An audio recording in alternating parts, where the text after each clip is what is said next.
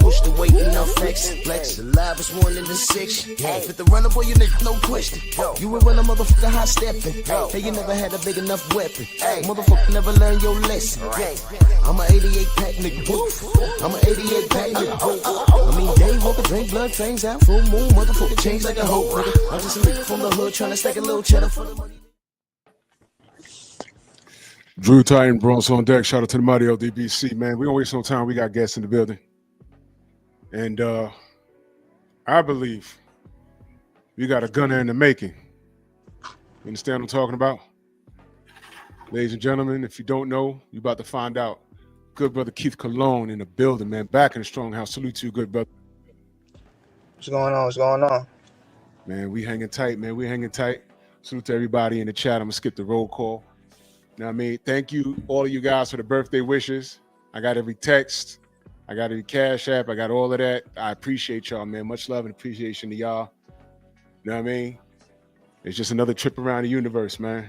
But did they send you what I told them on my live when I was in my live this morning, what to send you? I told everybody to send you a special package of Ben Gay, Icy Hot, some cream, Band-Aids. And, you know, I told him, I said, because he's getting old now. I said, he at that half-century mark. Yeah. Y'all got to be thoughtful in your gifts. Yeah, I need that Icy Hot. I need that Icy Hot. I'm still healing, y'all. I'm okay. I'm okay. I'm not going heavy for like 6 months. You can believe that. For real. Fuck yo, Keith, man. Father Time's undefeated, man. All the times undefeated. You know, you don't want no smoke with this. So just stay in the gym, bro. Even after you retire, just stay in the gym. Just stay in the gym. At least, you know what I'm saying? Because this sucks. Or you can do like me. You can stay in the restaurants, huh? Because that way you got a quick hotline to the what do you call it, the ambulance or whatever. Because it's like, oh, he ate too much or his blood pressure high or whatever, and you get on out of there. You might even skip the bill. You know what I'm saying? So if you know how to work that angle like me. I'm gonna need that, some Tai Chi, some yoga, all that good stuff, man. Salute to Universal Truth in that super chat, much love. He said happy birthday and get that Ben Gay, bro, man. I'm on the job, man. I'm on the job. I'm in shape, but damn it, 50 ain't no joke, man. So, oh, look. The rock stars are coming in, brother. The rock stars are here. The rock stars are here. What you're looking at right now, you know, look, we talk a lot about, you know, Tank Davis and, you know, the Devin Haneys and everything else. That's all well and good. But listen, man, there's always a group of people behind the people we talk about. And it's very important that we give them more shine. Because soon, these are going to be the guys in those million, gazillion, billion-dollar fights. These are going to be the guys that Turkey Al Sheikh are going to be hitting up saying, hey, come to Saudi, come make this bread. So what we're doing is we're talking to them before they get the millions. We're talking to them before they get those M's, and we're going to promote them, and we're going to do right by them. Because as it stands right now, they're doing right by the sports, man. So we got Keith Cologne in here. We got Zaya Salam, salute. Brother Muhammad Salam, salute to you, brother. And I'm going to go around the panel, man. For those that don't know Keith, man, let everyone know who you are. Oh, yeah, my name is Keith Cologne. I'm a boxer out of New Jersey, 23 years old. 23 years young. Look at that, man. Zaire, same thing, good brother. My name is Zahir Abdul Salam from Newark, New Jersey as well. 22 years old. Jersey on deck, man. Hey, man, who we got coming out of New York, man? Shoo? Who else? Damn it. My goodness, man. We got to catch up, man. Brother Muhammad, how are you? I'm good. How you feeling? Man, I'm blessed, man. I'm blessed.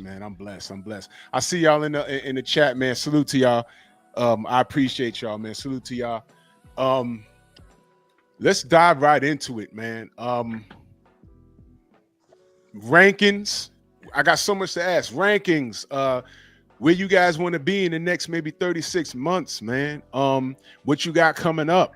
I'm gonna start with Keith first, man. Talk to me, brother.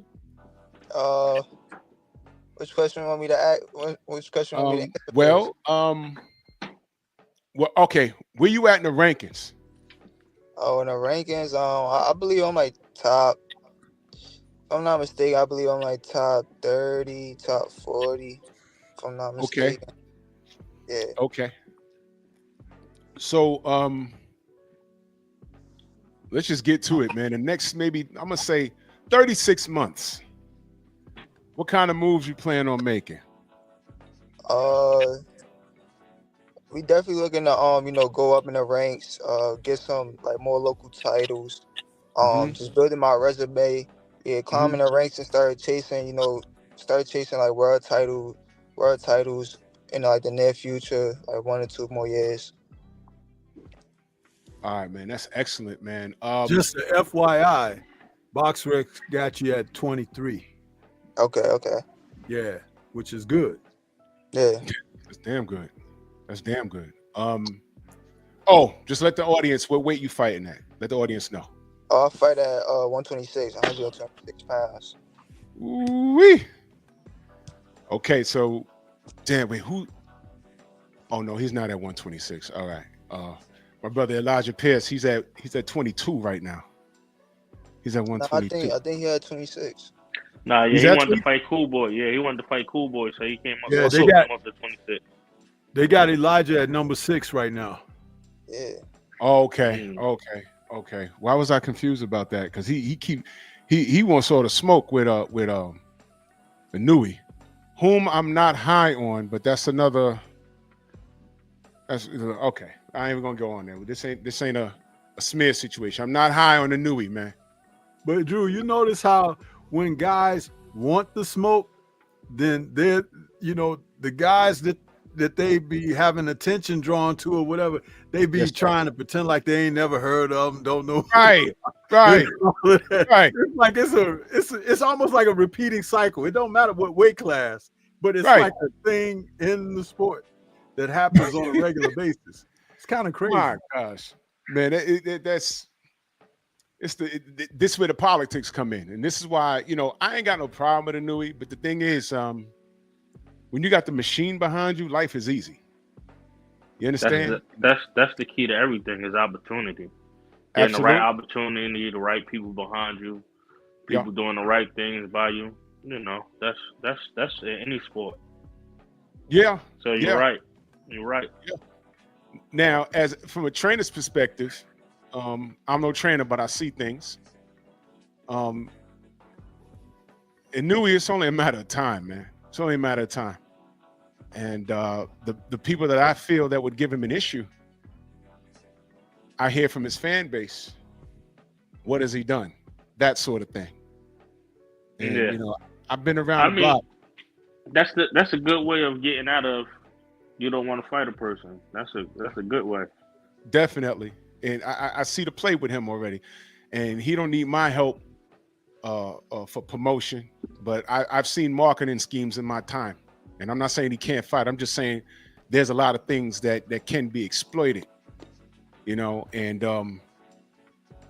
I know if Elijah get a hold of him, he's gonna exploit it. I know people might not think that, but I ain't gonna talk myself to death. Zaire. The brother fell off. He'll come back.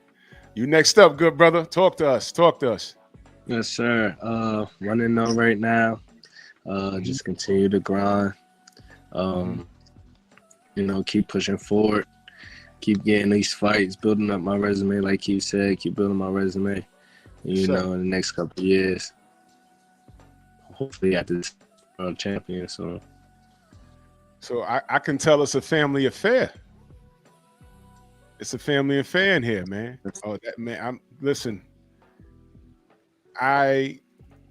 Words can't describe how proud I get when I see things like this. I am too serious, man. When I see a family affair, when I see everybody in unity, I love, father-son dynamics. And I don't have to be a fan of the fight itself, but when I see that father-son dynamics, what's true? That dad and son bond, that is like unbreakable. It is unbreakable, man. And I love it, man. I love it, man. So you said you're 1-0 right now. Yes, sir. Just made my pro debut on a Danny Swift Garcia card, October 18th at the Barclays Center. I remember. I was watching. I was watching. So when did you make that decision? Hey, man, I think I'm gonna do this. I think I can do this. When did you make that decision? So I've boxed all my life. I boxed and played football all my life. I went to school, went to Western Michigan University to play football, had a full scholarship there. So I put boxing off to the side for about 5 years. Went and got my degree, graduated, and then came back to boxing. So after I graduated, I knew that all around, all the time, I already knew what I wanted to do. I knew I wanted to be a professional boxer. So after football, after graduating, I knew I was going to come back to this. I want y'all to pay attention. The brother said he got his full education. He's graduated. It doesn't get any better than that. All right. And that's why the name of the show this evening is Life After Boxing, because I really wanted to know because you guys are still young. I wanted to know, this is a dirtbag business. I'm sure you've heard some stories. This is a dirtbag business. Tomorrow, I'm about to put on my war hat because I'm going to go in on Joseph Parker tomorrow. And I get raw and uncut on here. And I might not be able to monetize my video tomorrow because I'm going to go bonkers on Joseph Parker. The man popped for cocaine, of all things. What are we doing here? And we just had Fabio Wardley's trainer on my show last Saturday. Right? And this is a dirtbag business, and there's no excuse for that.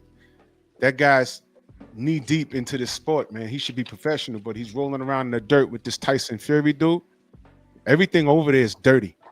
In fact, Fabio's trainer, Robert, told us, he says, he knows all about it. There's ways you could say things without saying it. So when I see fighters like yourself coming up, all the rumors you heard about this business being messed up is absolutely true. And I need y'all, I want to go on record telling y'all, protect yourself at all times in that ring and outside the ring. Don't drink no one else's Gatorade. Don't drink no one else's water. Don't order no fucking room, excuse my language. Don't order no room service.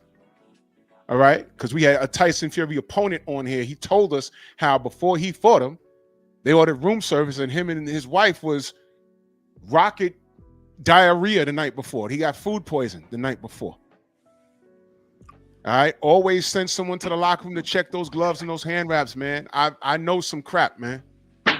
We almost 15 minutes into the show. I'm trying not to F-bomb, but this is a dirtbag business. All right. Speaking of Inouye, I'm watching a fight on ESPN, and I'm sure y'all know about hand wraps.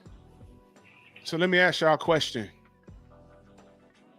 Is it gauze, tape, gauze, or is it tape, gauze, tape? What do y'all know? No, it's certain places allow you to get away with certain things. Mm-hmm. So if you in New York, in New Jersey, in this area up in the east, you can't put tape, gauze tape. There's got to be gauze tape only. You know what I'm saying? So you can't do it like that. But they allow them to get away with it because they sanctioning body allow it. So wherever he fights at is allowing him to do that, which causes a cast. When you put tape, gauze tape like that, it causes a cast. So that's right. And I mean, I guess he's getting away with it because of wherever he's fighting at. Yep. Now, Brother Muhammad, I'm going to ask you a question, and salute to you. I'm Stormy. Why do you think they allow it, though? I mean, one thing about any sport, you need a name, a face, a story. You need something to sell. So the fact of the matter is he's selling. So you cut. You know what I mean? It's different for him than a person that's not selling. You know what I mean? So they figure out how to make it a way for whoever it is that they want to promote, that they want to push. Okay, now you said two things right there, and they're actually opposing, but I want to bring something crystal clear to you. First of all, even if you think someone doesn't sell, they can get the market behind them to sell them and turn them into a star. Stars are made, by the establishment. The real fruit of the earth is organic, it's natural. So when I asked you, why do you think they allow that? The second part to that for me to answer on behalf to let you all know as a reminder is, who is the superior athlete? It's us 100%.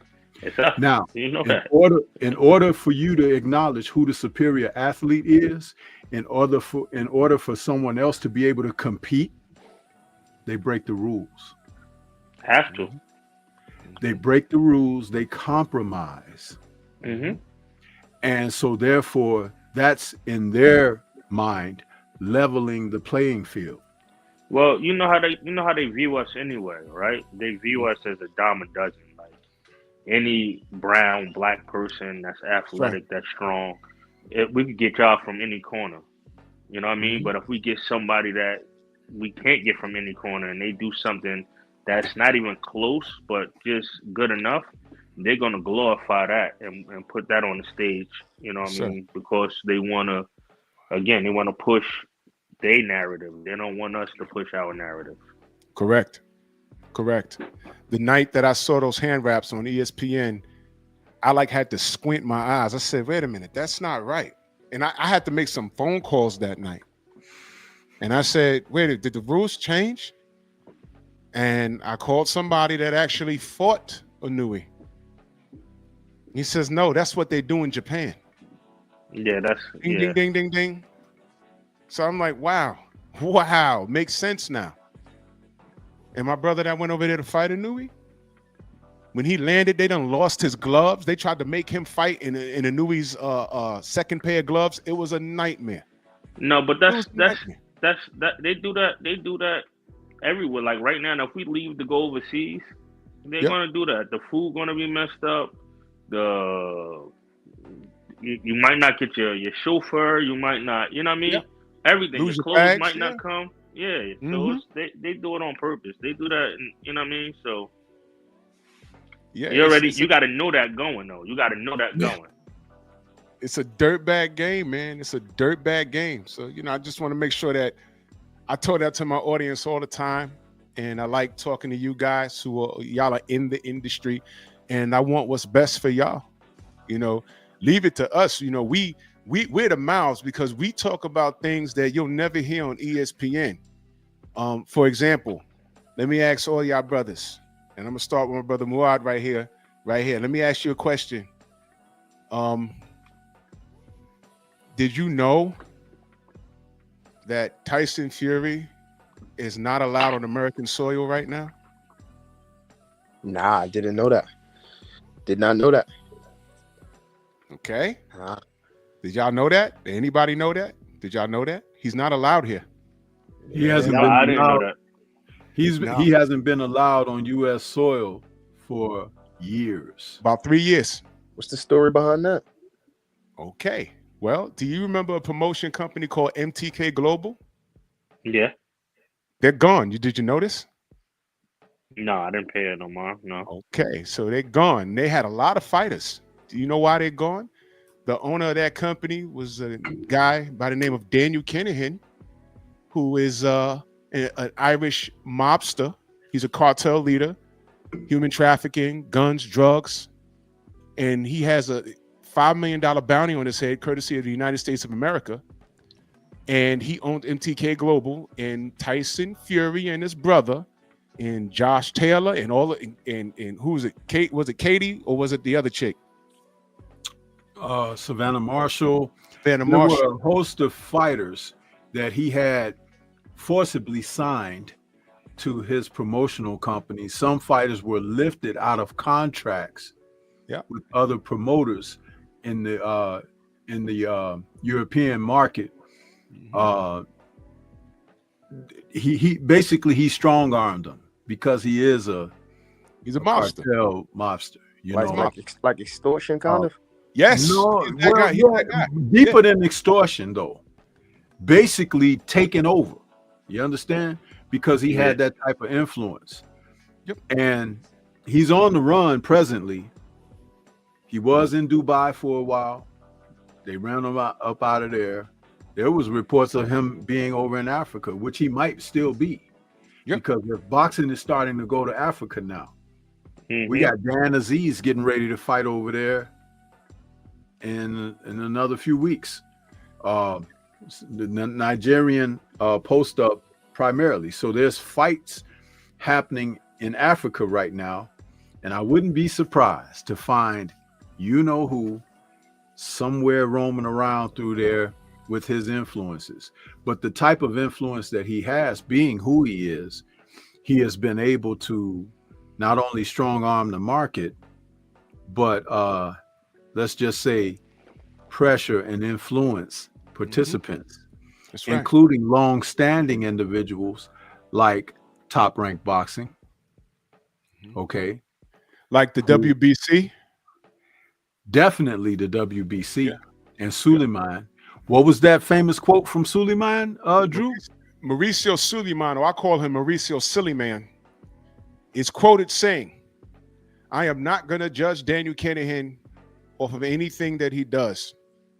All right, I'm going to judge him what he does for boxing moving forward. I'm not Interpol and I'm not the police."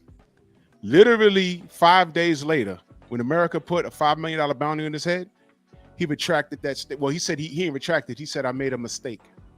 But we were telling him and all his other people, it wasn't only him, it was Bob Arum and everybody working with this guy. And they were literally a cancer in boxing. They were behind I don't want to get too deep into it. I'm just making a point. They were behind Wilder Fury. Wilder got cheated. Absolutely. We know all the facts. But if ESPN is not going to tell you that the former heavyweight champion of the world was not allowed on American soil, for 3 years, y'all didn't know that. Y'all just found that out tonight. That should have been big news. If that was Deontay Wilder and Al Heyman, it'd be all over the news. That would have been everywhere. Spreading like wildfire. Yeah. But, Bob Arum says, "Oh, I'm going to cooperate with the FBI, the CIA, the IRS, the NBA on ABC, everybody." Now he wants to cooperate. Mauricio Suleiman, now all of a sudden I'm sorry. Get out of here, man.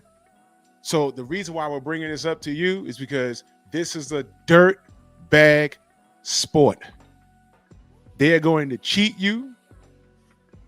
They're going to cheat you if you get a title shot at whoever and they say, "Hey man, this guy right here got a country behind him," which I never understood because we're American, right?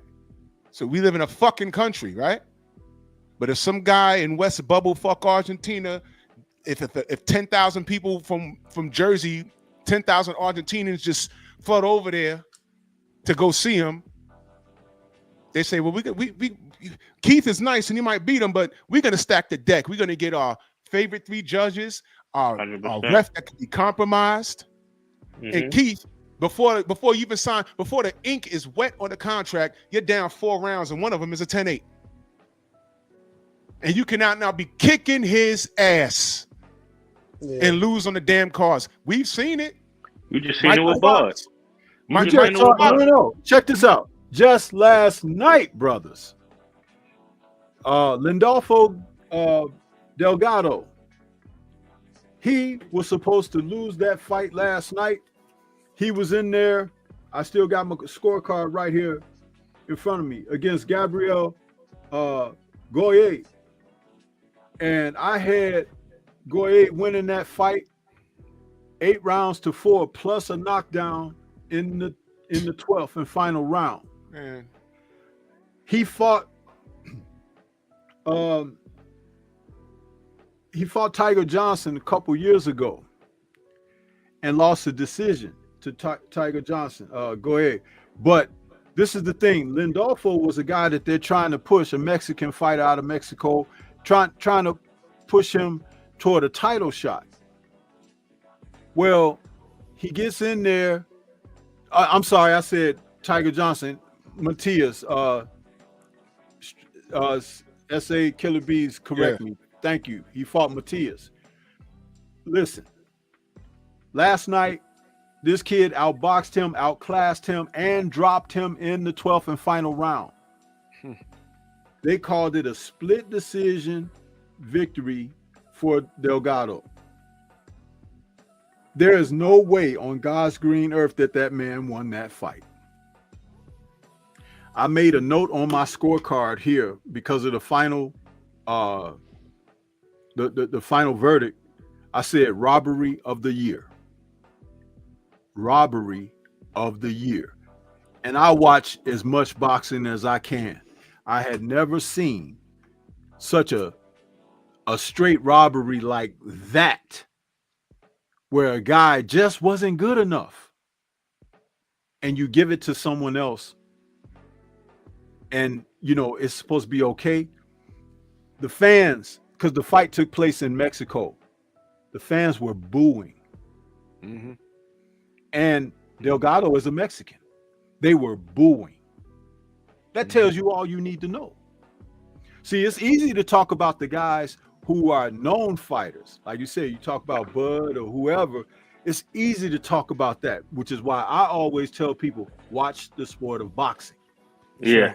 Because you can learn so much from the sport. It has a vast array of information to be learned and circumstances to file in your memory bank for what transpires and how there is never a consistency about how things are meted out. Like you can see the rules are followed in this instance, but not in that instance. In this instance, there was a standing 8, and that one they waived the standing 8. It's like all of these different things that they do, but that is for the corruption to be able to persist. Gabriel Mastre versus Michael Fox. That was a few years ago. Mastre was out the Olympics. I forget, where's he from? Ecuador or something? Somewhere around those parts. And he's an advanced age fighter too at the time. Right. So he gets in the ring with Michael Fox. Michael Fox took the fight on short notice. First of all, Mastre came to the damn ring and his gloves were skinned.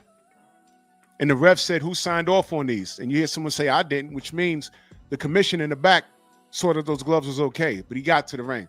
So they prepared the gloves. Michael Fox kicked his ass, knocked him down in the fight and everything. And what happened? They gave Gabriel the win. Michael Fox petitioned the WBA. They said, we found out, we investigated ourselves and we said we didn't do any wrongdoing. And that's what they did to him. So if y'all don't know already, I just want to make sure that y'all are aware of what you're getting into. What I do like is that you're young and you're fearless, but I don't want you to be careless. See, Keith, all of you guys, you see Keith, I'm going to tell you straight up and down. Bob Arum is going to love a guy like Keith. Top Rank going to love a guy like Keith. You understand? I'm going to keep it a beam with y'all. If you can, move around. Be very cognizant of the business that you're taking care of. I don't trust Top Rank with black fighters. I really don't. They have a reputation, but I do understand that you got to get in where you fit in. So you kids are young. Y'all are young dogs, and I mean that to the highest of respect. But I really would like for you guys to understand the business of boxing while remaining focused in that ring. While remaining focused. Zaire, I saw your work. I saw your work, and sky's the limit for all of you guys, actually. Sky's the limit, man. Let me go to Muad. Am I saying your name right? Muad? Am I saying your name right? Yep. Yes, sir. Talk to me, young king. What you plan on making things move and shake? Good evening, gentlemen. Yes, sir. Good evening to the fans, everyone tuned in. My name is Muad Abdul Salam. Everyone around Jersey call me Nim Salam. That's more like the household name. Nim Salam. I'm just here to shake up the boxing world, you know. Sir. Coming in, I'm fighting at 140. I'm 1-0 right now. Yeah, I'm just ready to show everybody what I'm about, what I bring to the table, everything like that. You know, 140 is business, bro. Kind of like what my brother said. You know, he we was dual athletes our whole lives. You know, we played football and box, and then yes, sir. We went off to college, played football in college, scholarships, degrees, and then now we back here. Yo, I love that, man. I love that. You guys got degrees, man. You guys got degrees, and y'all see the importance of education, even if what you got to learn in the system is bullshit. You know, like quote unquote American history. He who wins the war tells his story. But you learned the bullshit, and now you got that piece of paper which makes you marketable. You know what I mean? So you guys do understand that there's life after the sport. If you know you don't reach that pinnacle, you have options. Yes. You understand? I talk to a fighter almost every day named Freddie Pendleton, Fearless Freddie. You can Google him, YouTube him. Freddie was an animal, man. He fought Felix Trinidad. He got robbed in that fight. It was crazy because he was poisoned. Just watch the fight, and I'm not gonna pull up the clip. Just watch the fight and tell me what you see when Tito stopped him. Some bullshit happened. But I think his last pro fight was against Ricky Hatton. But Freddie is a Hall of Famer, and he had a stroke earlier this year. He has a little bit of CTE. Like I'll be on the phone with him for like a half hour, and then he'll call me back 10 minutes later, like he forgot we spoke. You know, so this is a very, very serious thing that you guys are choosing to do. That's why I respect a lot of fighters, man. You know, I say this like I'm being funny when I say this, but y'all crazy for doing this. Y'all crazy. But y'all crazy like a fox. You understand what I'm saying? Y'all are crazy like a fox. And I know it's played out saying, oh, the eye test. I'm gonna be very honest with you. If I felt y'all were trash, I would tell Thomas, man, you know, pump the brakes on getting them on my show, because I don't want to build them up when I know they're not what I think they are.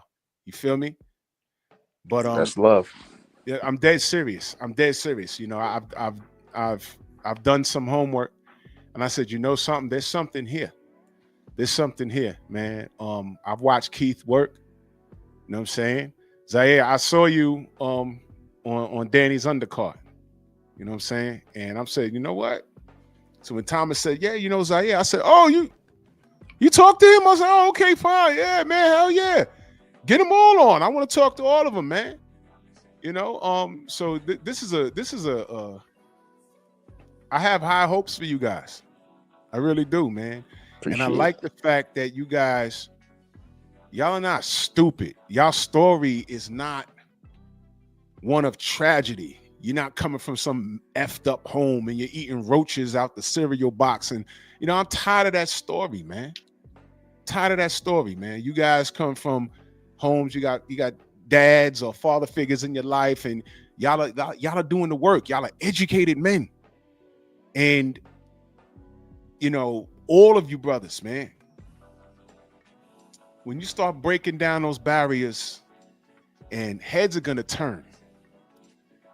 And don't let what I call old media dictate to you what to say on the mic in reference to how you came up.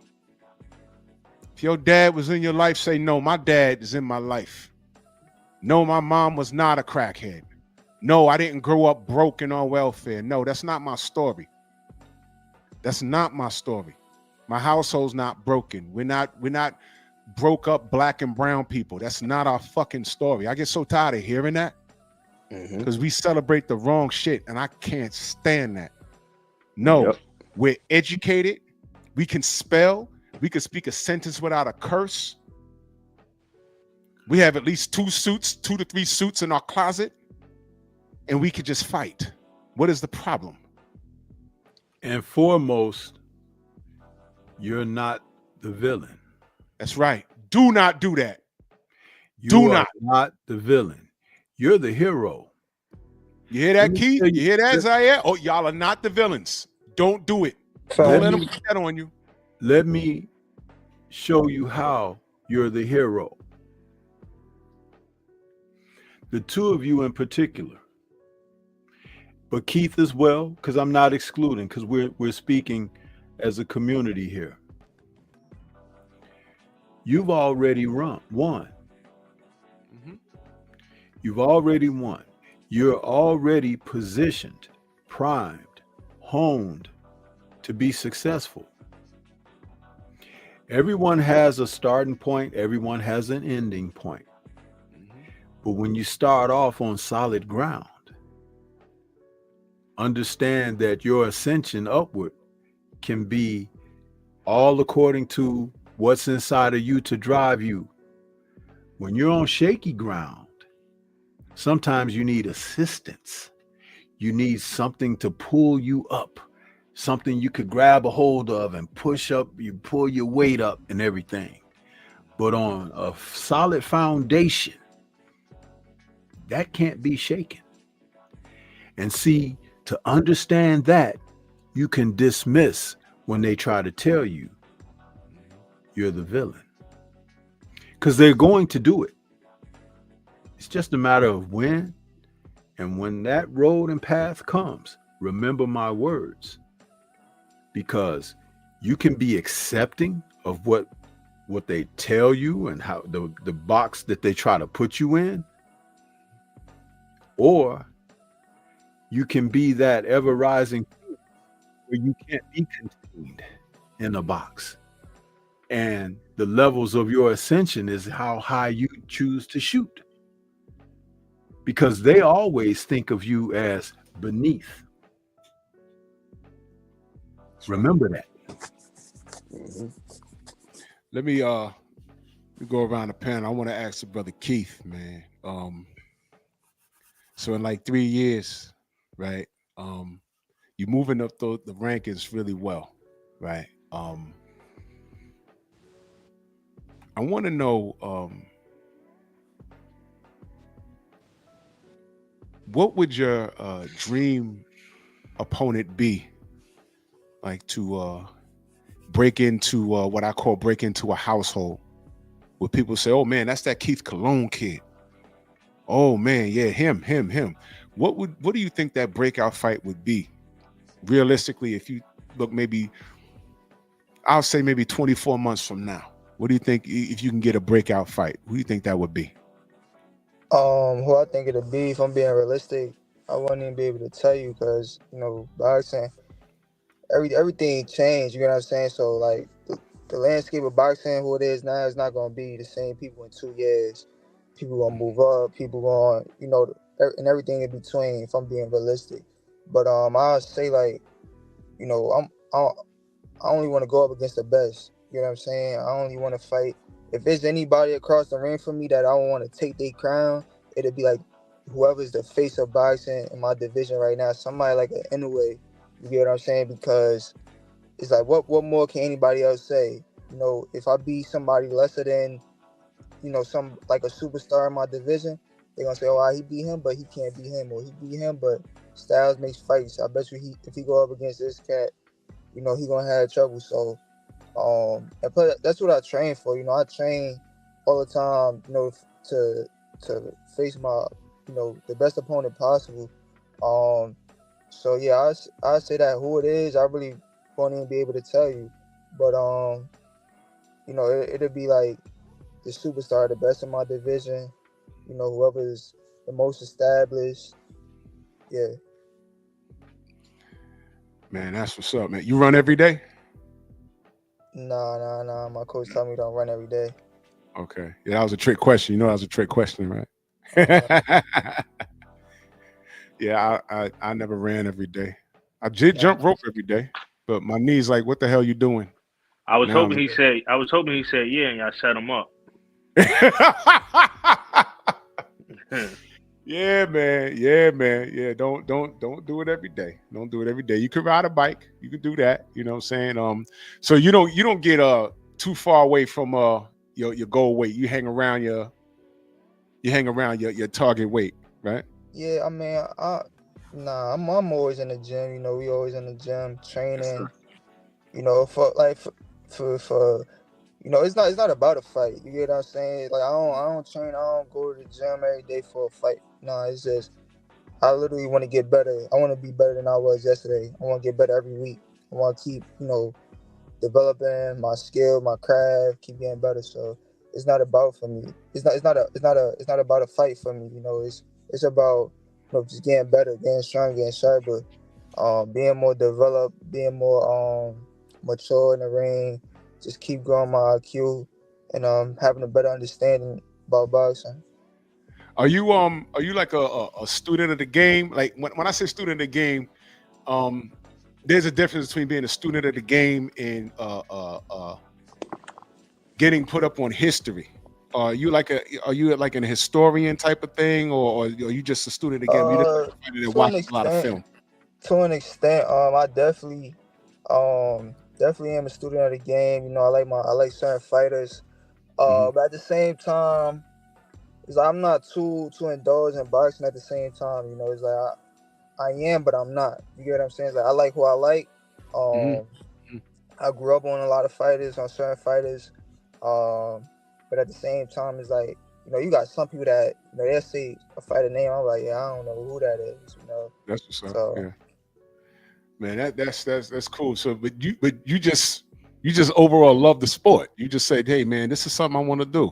Like, your yeah, first time in the gym, what was that like? The first first time time I'm when in you the just walked gym. into it, what was that like?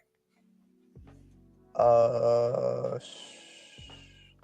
I'm being honest. I don't know. I've been to the gym so many times. It's like It's like my second nature first, now, right? yeah, my first time was a little while ago, man. If I'm being honest, but I'll just say like I just I always like the just get I always like fighting. I always like getting sharp.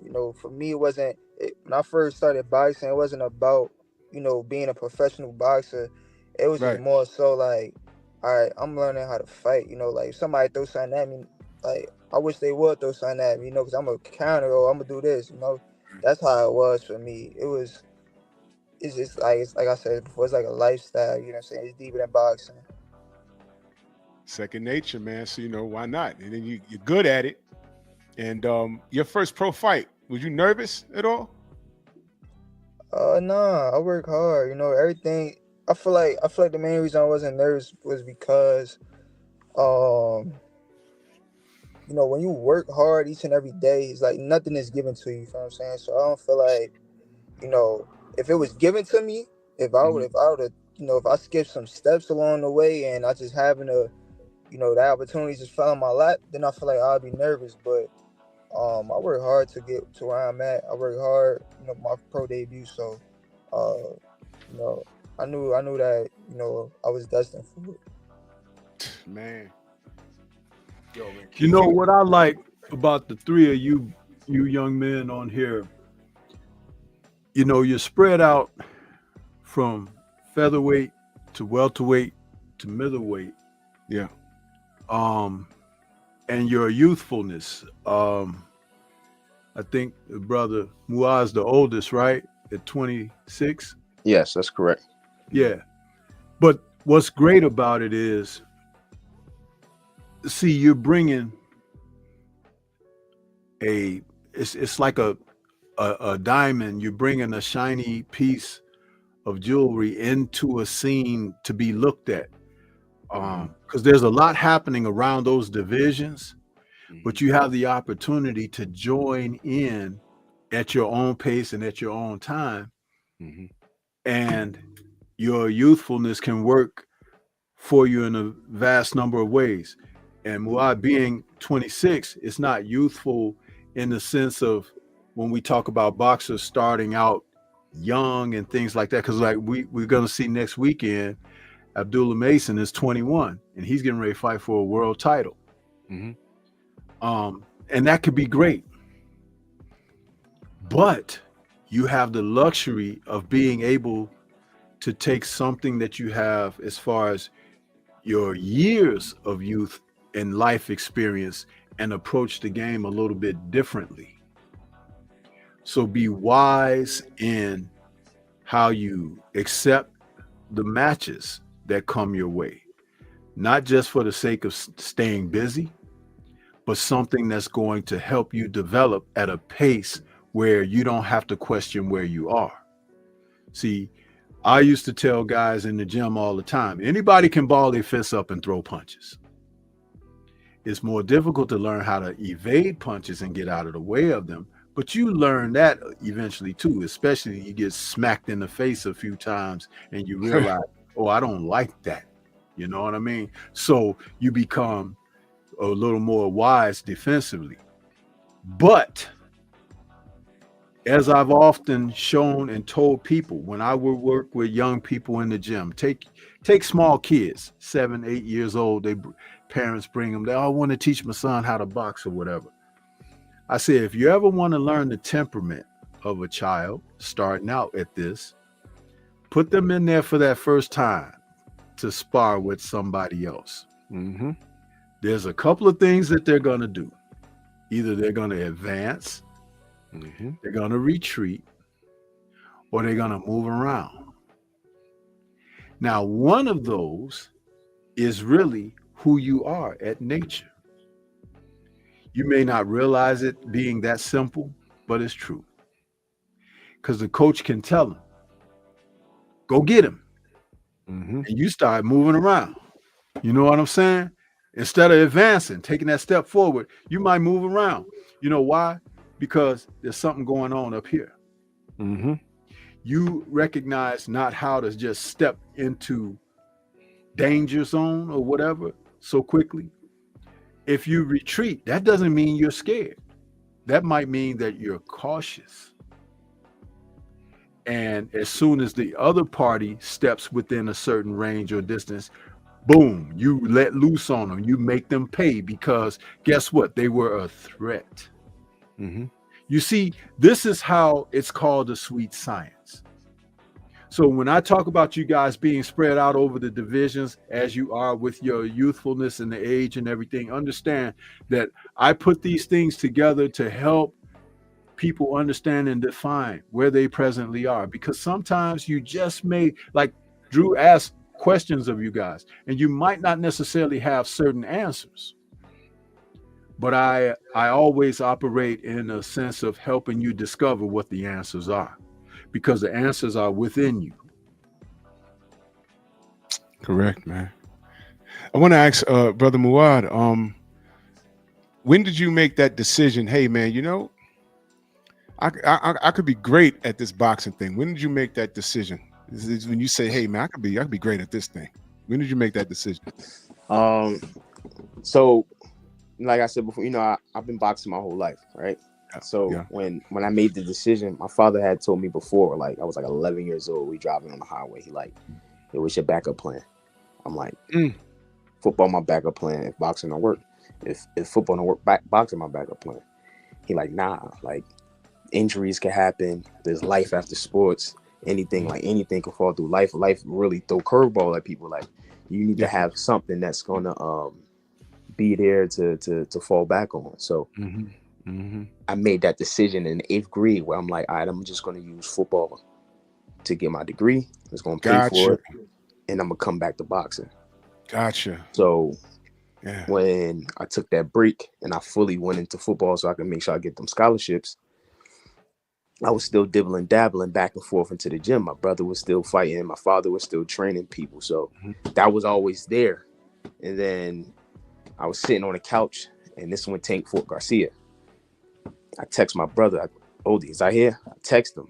I'm like, yo, I keep sitting on this couch and we watching this. And we was there. We see all these people that we came up in the amateurs with. They making money. They on TV. They fighting.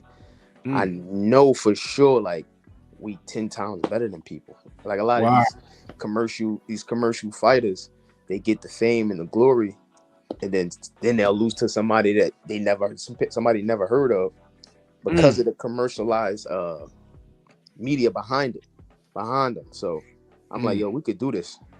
he texted me back, said, "Yo, bro, stop. You sitting there? Just get up and do it." So when I was when I graduated with my bachelor's, I went back to get my master's, and when I did that, I just fully went into it. I graduated in 2022. I was still heavy from football. I played linebacker. So I came home like, yo, look, I'm about to cut this weight, get down to this weight this year. Everybody like, you sure? You want to get back to boxing? Linebacker? Yeah, I played linebacker. How much you weighed? I was like 216. Okay. How tall are you? 5'7". Okay. I was a linebacker. I'm 6'2", 225 right now. Oh, yeah? I was a linebacker. That's a real linebacker. Yeah. See, I'm a little nutty in the head. Like you said, y'all crazy with boxing. That's kind of like how I am with boxing and football. Like I'm 5'7", 216, but I'm stopping, pulling tackles. I'm jamming. Okay. You was a little Wolverine, yes. Yeah. Okay. So I kind of use that mentality and take that through life. So when I came down in weight, running, chopped the weight off, then I made a gym in my garage when I was in Delaware getting my master's. I put a little gym together in my garage, and I was just chopping at it every day, day by day, day by day. And then when I came home from graduating my master's, I just dove right into the gym. I came home that week. We went to Keith fight, his pro debut. Right. That Monday, I was back in the gym, and then I just started grinding from there. And a year later, I'm on the boxing scene. Oh man, y'all have no idea. I'm so stoked about the education part, man. Y'all familiar with the baby bull Juan Diaz? Yeah. That brother was pro fighting on HBO, fighting Juan Manuel Marquez. If you never saw those fights, those are excellent fights. That's what ended his career. Yeah, one of my favorite fighters of all time, Juan Manuel Marquez. Up, no smoke. The resume speaks for itself. But while he was there, he was getting his law degree, for Christ's sake, Juan Diaz. I said, that is brilliant. I respect that. And I just saw him in the ring holding a belt. What was that, last week? Where was he? I think he was overseas holding somebody's belt. I said, damn, look at him in a suit. It doesn't get any better than that, man. I got it, man. I love y'all guys, man. This is great, man. We appreciate it. This is great. And by the way, Keith, you said that was Keith's pro debut? Yeah, I came home. That week I came home. Keith fought that Saturday for his debut. Keith, how'd you win that? Knockout. There you go. Put him to rest. Zaire, same question, man. When did you decide, hey, man, this is me right here? Like I said, it's kind of like the same story as my brother, played football and boxing all throughout. Like you said, when I was still in school, he just was kind of finishing. Well, I mean, when I was boxing in amateurs, he was still in school. So It's crazy how it became full circle. He made his pro debut before me. Feel me? So as just watching it, everything, just seeing him, while he was in the gym, I just was graduating. I just graduated in April. So when he was in the gym, I was still up in Michigan at school. So just watching that, like, he doing it. We gonna turn this corner once I graduate, and then from there it's just been every day in the gym. Wow, man. So there's some good stock coming out of Jersey. You got Shakur turning heads right now, and then there's you guys. But goodness, man, what's going on in Jersey? Now I got a heavyweight too that was supposed to fight Edgett, but he trying to get his stuff together. He was supposed to fight who?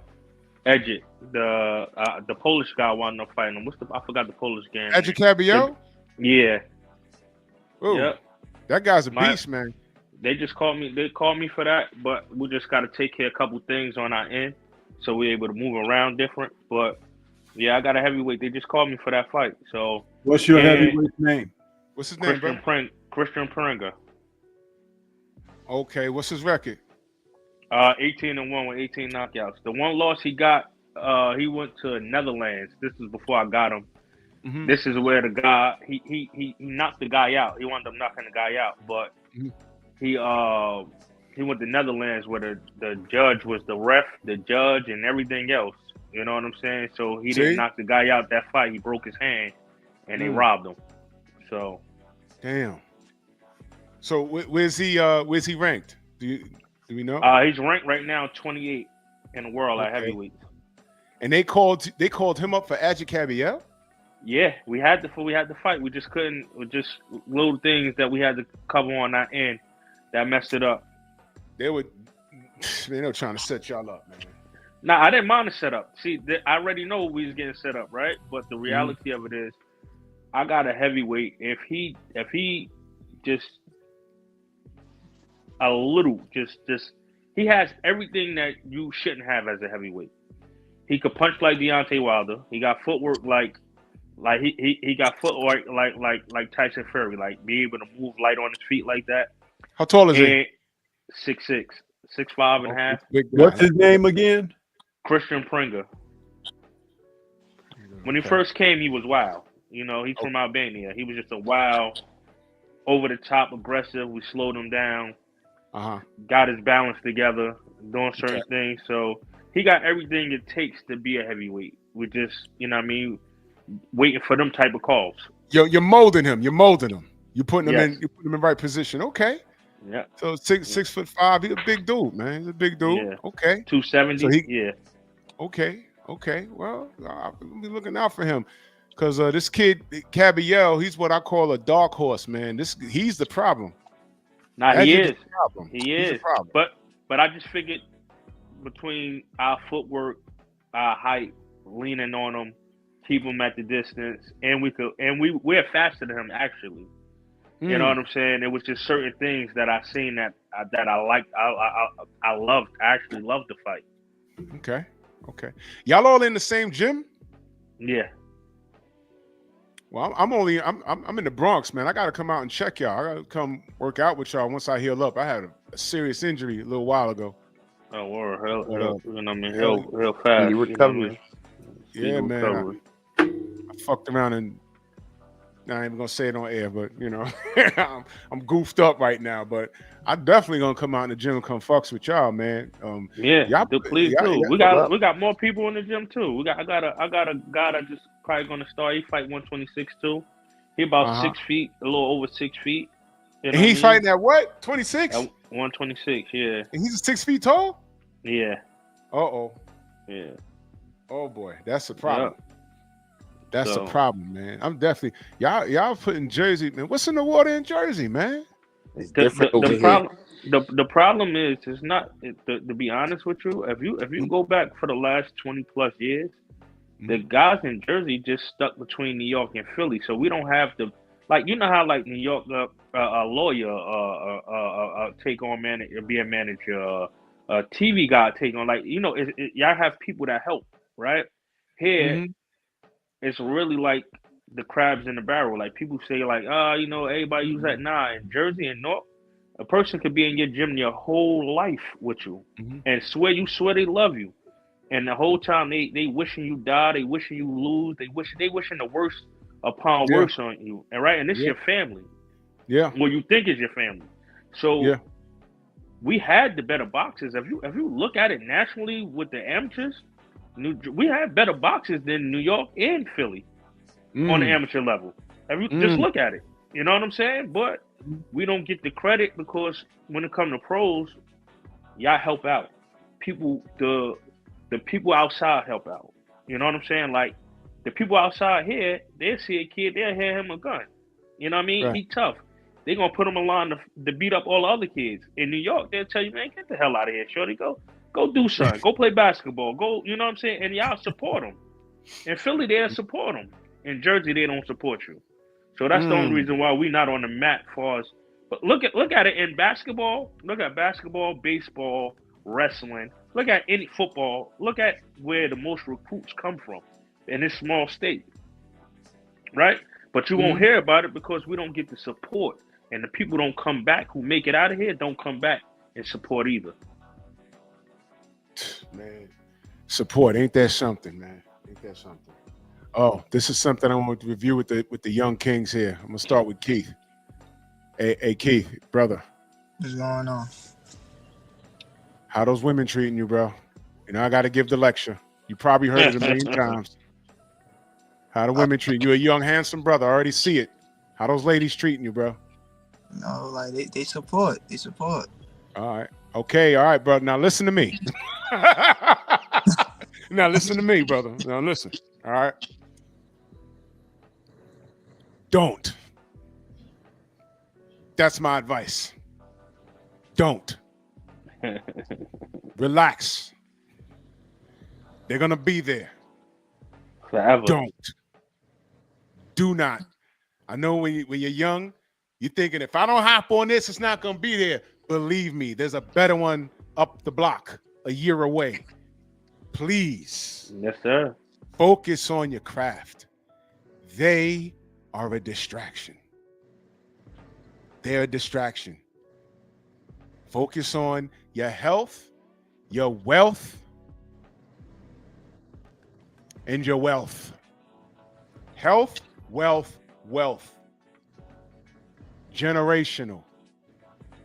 The ladies are going to be there. Okay? The ladies are going to be there. Please, King, please, all of y'all here, please, don't. Y'all have access to things that I didn't have when I was younger. You hear all the horror stories. Okay? Dudes work their lives to make $1 million, lay up with the wrong chick, and out of that million, he's left with 25 grand because she done flew the coop with the rest because the judge done said you got to support her lifestyle and those 3 kids. So get out the house that you bought, leave her 2 of the cars that you bought, and you got to go back living home with your mama. Don't. Do not. Do not. I'm not even going to promote recreational use. Don't even do that. Just chill for a minute. The right woman, what you put out, the right woman will come to you. The woman, after y'all are sitting on millions, the woman that'll come to you when you don't have no haircut, no lineup, you wearing the bummiest shirt, and you're driving a 3-year-old vehicle, and she looks at you and smiles and say hi, and she don't even know who the fuck you are. That's her. Not the groupies at MSG. Not the groupies at the Barclays. Not the groupies when all of y'all are headlining in Jersey. No. Don't.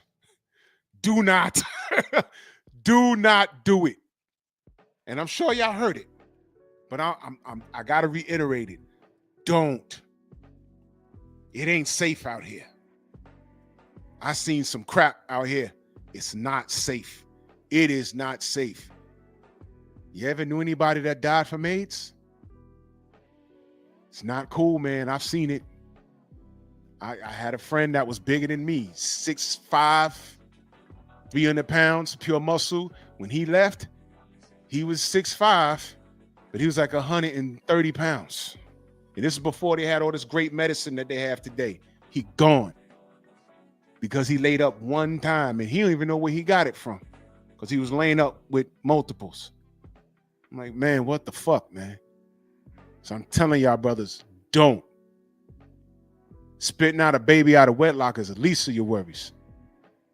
I'm surprised I ain't got shit that's airborne out here today. I'm still walking around outside with a mask on. I don't trust nothing. Life is crazy out here. Don't. Y'all are young. Y'all are talented. Y'all about to make a whole lot of money, and the fame is going to come with it. Don't. Y'all gonna start seeing some shit. I know some NBA players. They done told me some story. Yo, I know somebody that knows. Y'all might not know Nick Anderson. He used to play for the Orlando Magic back in the day. I was told they was out to dinner. Nick Anderson is at dinner with his wife. A groupie comes to the dinner table, sits on his lap, caresses his chest, and puts her phone number in his pocket. The wife is sitting there and they look at her like, yo, what the? She says, yo, this happens all the time. It comes with the territory. And they said the girl that did that was like the most beautiful woman you could ever see. Those be But the ones. Yeah, man. If you have self-discipline, none of that matters. None of that matters. And the latest flex these days is chicks, when you turn them down, they're going to call you gay and everything. Man, I'll be that. Whatever. Y'all ever heard the stories about Madonna? Man. Marcos Madonna? No, Madonna, the singer, Madonna, the woman. Oh. White woman. Madonna. Yeah. Madonna used to show up wherever the latest athlete is. You could be Mike Tyson, because this goes back years ago, or you could be someone in the NBA or the NFL or whatever. And you know, they have these functions and stuff where people show up, you know, well-to-do. They know of one another if they don't know one another. Madonna had a reputation of walking up to who she wanted and sit down across the table for them and tell other people to get up and move and leave. And that was her way of introducing herself to the latest buck that she wanted to get down with. You know, there's another word that rhymes with buck, but I choose to be a little clean with it. But anyway, she would do these things, but she's not the only one. But I'm giving an example of this because some people were stricken with her stardom, you know, and they're like, oh, you know. But there was one particular athlete that she did this with. The story is out there. She showed up, sat down at his table, told everybody, the other women, she didn't know who those women were that was sitting with him in his company. Or she made everybody get up and leave. And he said, oh, that's rude.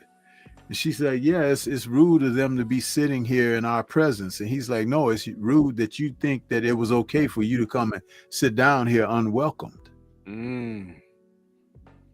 And he put her on her way. That's right. Oh, she didn't like that. She didn't like that at all, because she thought that, one, because she was Madonna, and you know her pigmentation, you know, that's supposed to, you know, you're supposed to drool and all of that over that and everything. But this one had a little more reserve and self-respect than that. And he cut that, you know. But that's just an example, because it's all out there, all shapes, sizes, colors, backdrops, backgrounds. But to be able to understand that at the end of the day, it's all the same. But what does it benefit you? Y'all got to be careful. But let me get back to boxing real quick. Well, that's all a part of it. Which one of y'all would top rank? Keith, you top rank? Nah, I'm a free agent. Free agent. We all free agents. Y'all free agents? Yeah. Okay. Brother Muhammad, did you ever hear anything about Top Rank in reference to how they treat certain fighters of color? I'm curious. Did y'all ever heard? Well, it's for all of y'all. You ever heard anything about that? Well, for years. Think about it. They just dropped a whole bunch of black fighters right just now. They're about to drop some more black fighters, right? I heard it's about 40 of them. It's about 40 of them. The reality of it is they only wanted the Great White Hope, and hopefully this don't sound crazy. They wanted the Great White Hope, and they like Spanish fighters. That's it. Everybody else, like the black people, again, comes a dime a dozen. They feel like black people are just naturally talented, and you know what I mean. They're not going to support each other, so we can use them the way we want to use them. You know what I'm saying? So, are you familiar with you heard of Cameron Duncan? He passed away a few months ago. Yep. Cameron Duncan. I'm gonna play some audio, and I want y'all to listen very closely. This is Cameron Duncan. He called in to my brother Fred's show a couple of years ago, and I had to go find this audio. I need y'all to listen to this because this is Cameron Duncan. And this is, you ever heard something called the NBF rule? No. You ever heard of that? No. The no black fighter rule in Top Rank? Swear to God. I could believe it though. No, I could believe it because I know how they used to treat it. So before Shakur and all of them signed, that was the confusing part. The Abdullah Mason, all of them went through the same person, so it kind of helped them. Mhm. But prior to that, I never seen Top Rank sign so many black fighters. You know what I'm saying? I thought it was the changing of the age, but it just happened to be people was with certain people, so they allowed it. I'm gonna play this audio. This is real shit. This audio is about maybe, it's like 3 years old. This is Cameron Duncan. Listen carefully. I searched high and low to get your contact information, and I was talking. I'll tell you off air who it is. I won't say it on camera, but feel free to ask me. So I called the Mayweather gym, and they said, Fred, if I give you this number, you have to ask them this question. And I says, okay, what's the question? And they said, ask Cameron Duncan, do Top Rank have like columns of fighters? And they say, we don't want this guy fighting the black fighter. We don't want this fighter fighting the Mexican fighter, and so on and so forth. You're going to get into the racial stuff, huh? No, I'm not. I'm asking. That's a theory there by the greatest matchmaker, probably, in my opinion, ever. Uh-huh. And I'm not going to mention his name either, but you know what I'm talking about. Uh-huh. And he used to have a thing up on his board, NBF, no black fighters. Uh-huh. And when I was taught to bring up a fighter, you know, and again, it's just, he used to say to me, you can go anywhere in the country, and I'm going to leave it at this. I don't want to go into a long discussion because people are people in God's eyes, and we're all the same. He used to say to me, you can go anywhere into a city in America or anywhere in the world and ask a white guy, and he didn't say any other, he didn't say anything about Hispanic, anything. Ask a white guy to throw a jab, and half of them are going to turn backwards and throw it like a girl and everything. Ask any black man on a street corner in any city in the world, and they will snap out a jab in a heartbeat. And I used to laugh. He said, they're just more physically gifted. And he said, and so they have speed and better to stay away from them. Nothing personal. So I said, okay. And I've lived by that. And, you know, I don't want to sound like some weird guy, but, you know, you're trying to be safe with your guys. And so, yeah, there is a thing about that, you know. There it is. Ain't that some shit? Yeah. I mean, that's just how the how can I say this? The place we live in operates. Yeah. Now I'm gonna point something out. Shout out to Shakur, right? But I'm looking at his name, Shakur Stevens. You know, I said okay. And next thing you know, he was waving the Puerto Rican flag, and I said, well, that's okay. You know, he's mixed. You can look at him and tell. I said, okay. But I said, you know, why wasn't he waving that in the Olympics? I'd like to have seen that in the Olympics, right? And I said, oh, no. Don't tell me he's over there with Top Rank, and you saw what they were doing with him at Top Rank. What did they say he was? A runner. He's boring. Not exciting. He's boring. Not a skill set. They ain't talk about his skill set. And I'm like, now I come from the cloth like, yo, you don't like what he's doing, put him in there with someone that can stop that shit. If you can't stop it, then I ain't got no problem with Shakur. Don't even do that. That's crazy. Yep. And then he started waving the flag, and I said, oh, no.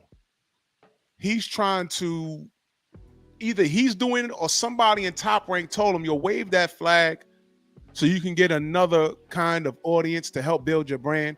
And I'm like, nah, you ain't got to do that. You ain't got to do that.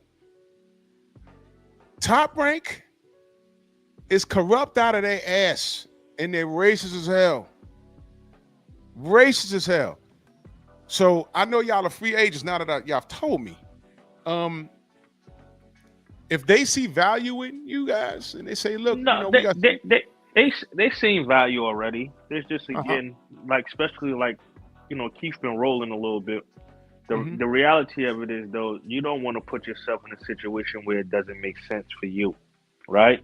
You like people could offer you, and people could like even with with my sons, like you could be offered certain things, Yeah. but if it doesn't make sense, right? It's just like anything else. You rather fuck with somebody that's gonna fuck with you. You don't want to Right. that's really want to mess with you. You don't want to deal with people who kind of got an interest and through hearsay they hear you good, and you know what I mean. You don't want to deal Right. with them type of people. You know what I'm saying? Right. So if you can get in and out, like sign like, okay, I'll fuck with y'all, but like, like 2-fight deal, 3-fight deal. I'm not gonna claim to be no business guru. You know what I'm saying? I don't know how all of it works. Y'all would know better than me. But you go to where you're appreciated, not where you're tolerated. Yeah, You- that's and basically it. so you can get in and out. I just don't trust them. And I know sometimes, I remember when Shakur came out the Olympics, when he blew the gold medal match, shit happens. But I remember he was a hot item, man. I mean, Floyd wanted to sign him.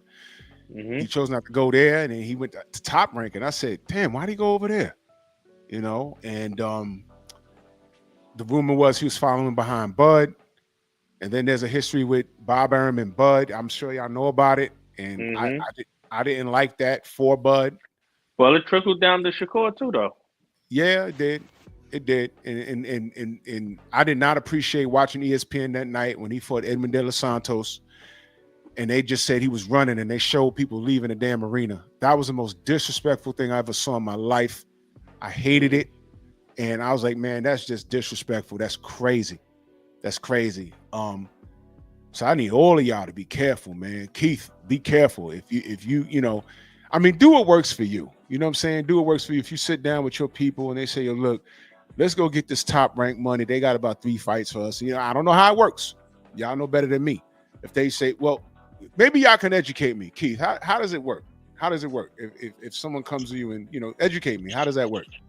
I mean, usually, you have a contract, but then within the contract, you'll have like extensions. So that's how you see, you know, along a fighter with a company for like 5 years, 6 years, is because if they get them in a certain spot or if they do certain things, then they'll have extensions. If you get your world title, that's 2-year extension. Well, I'm not saying that's what it is, but that's from my understanding how it is. But yeah, you go always, freedom. That's the biggest thing, in boxing right now, being your freedom, your flexibility, being able to do what you want to do. So in their situation, right?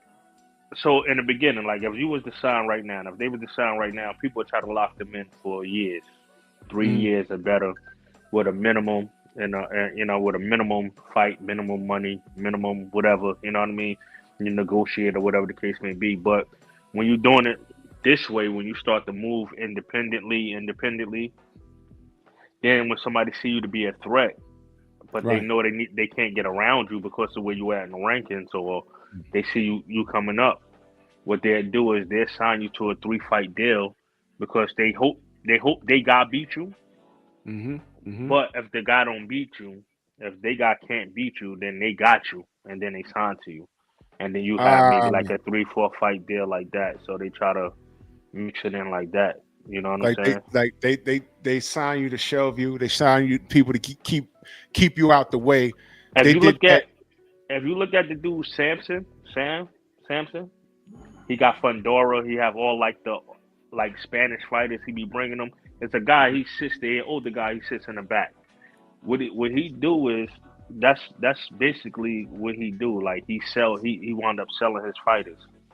He'd get them, put them in position, Well, he don't do it now because he made enough money, but Right.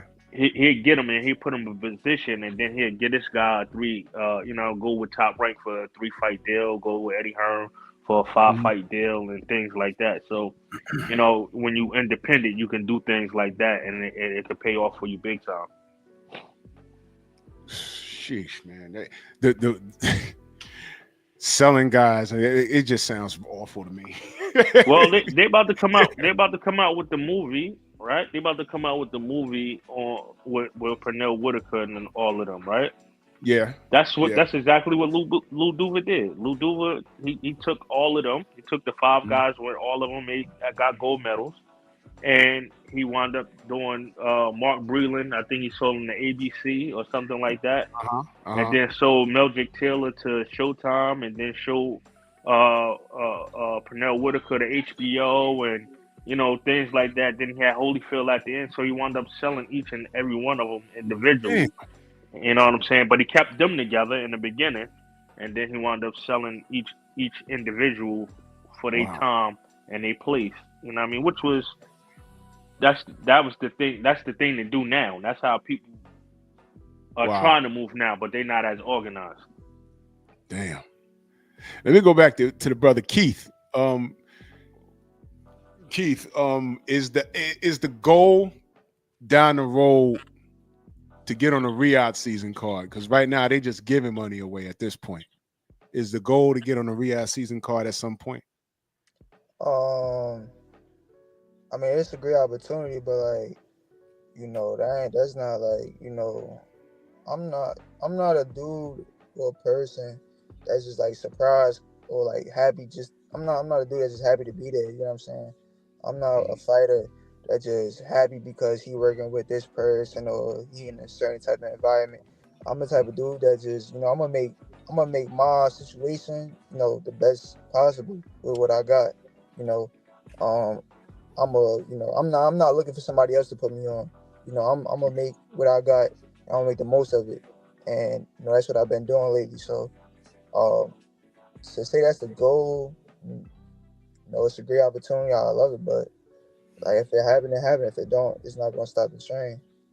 Do you think that the Turkey Al-Sheikh and what he's doing, do you think that's putting boxing in a better place, or is it going to remain what it is, or is it making it worse? Your thoughts on that? I feel like it's good. It's good for some people. It's bad for others. It's good for the fighters that now they getting more out of it. They fighting for more money.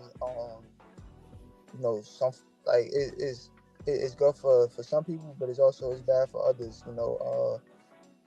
It just depends on who you are. Turkey coming to the game is like a different avenue, a new landscape. So some people gonna take advantage, and some people they're gonna be victims of it. Yeah, there's a lot with that, man. Muad, your thoughts on the Riyadh season and things of that nature. Is it good? Is it bad? What your thoughts on that? I see it as something good right now. A lot of these fights that people are asking for, he's making it happen. Right. Like you said, he's throwing the money at people. So before, if these mega fights, these super fights, they won't happen because the money couldn't be right, the business might not have been right.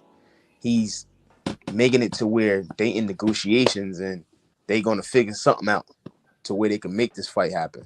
So now it's giving the fans what they want, it's giving the fighters what they want, it's putting the fighters on a different pedestal. So just in general for the boxing world, I feel like he's doing something good with it. Like it could definitely grow. Yeah. So far, so good. So far, so good. Zaire, same question, brother. My fault. I was talking. Riyadh season. My stepmom, my fault. I wasn't even really listening. What was the question? Your thoughts on Riyadh season and what Turkey Al-Sheikh is doing. Is it good? Is it bad?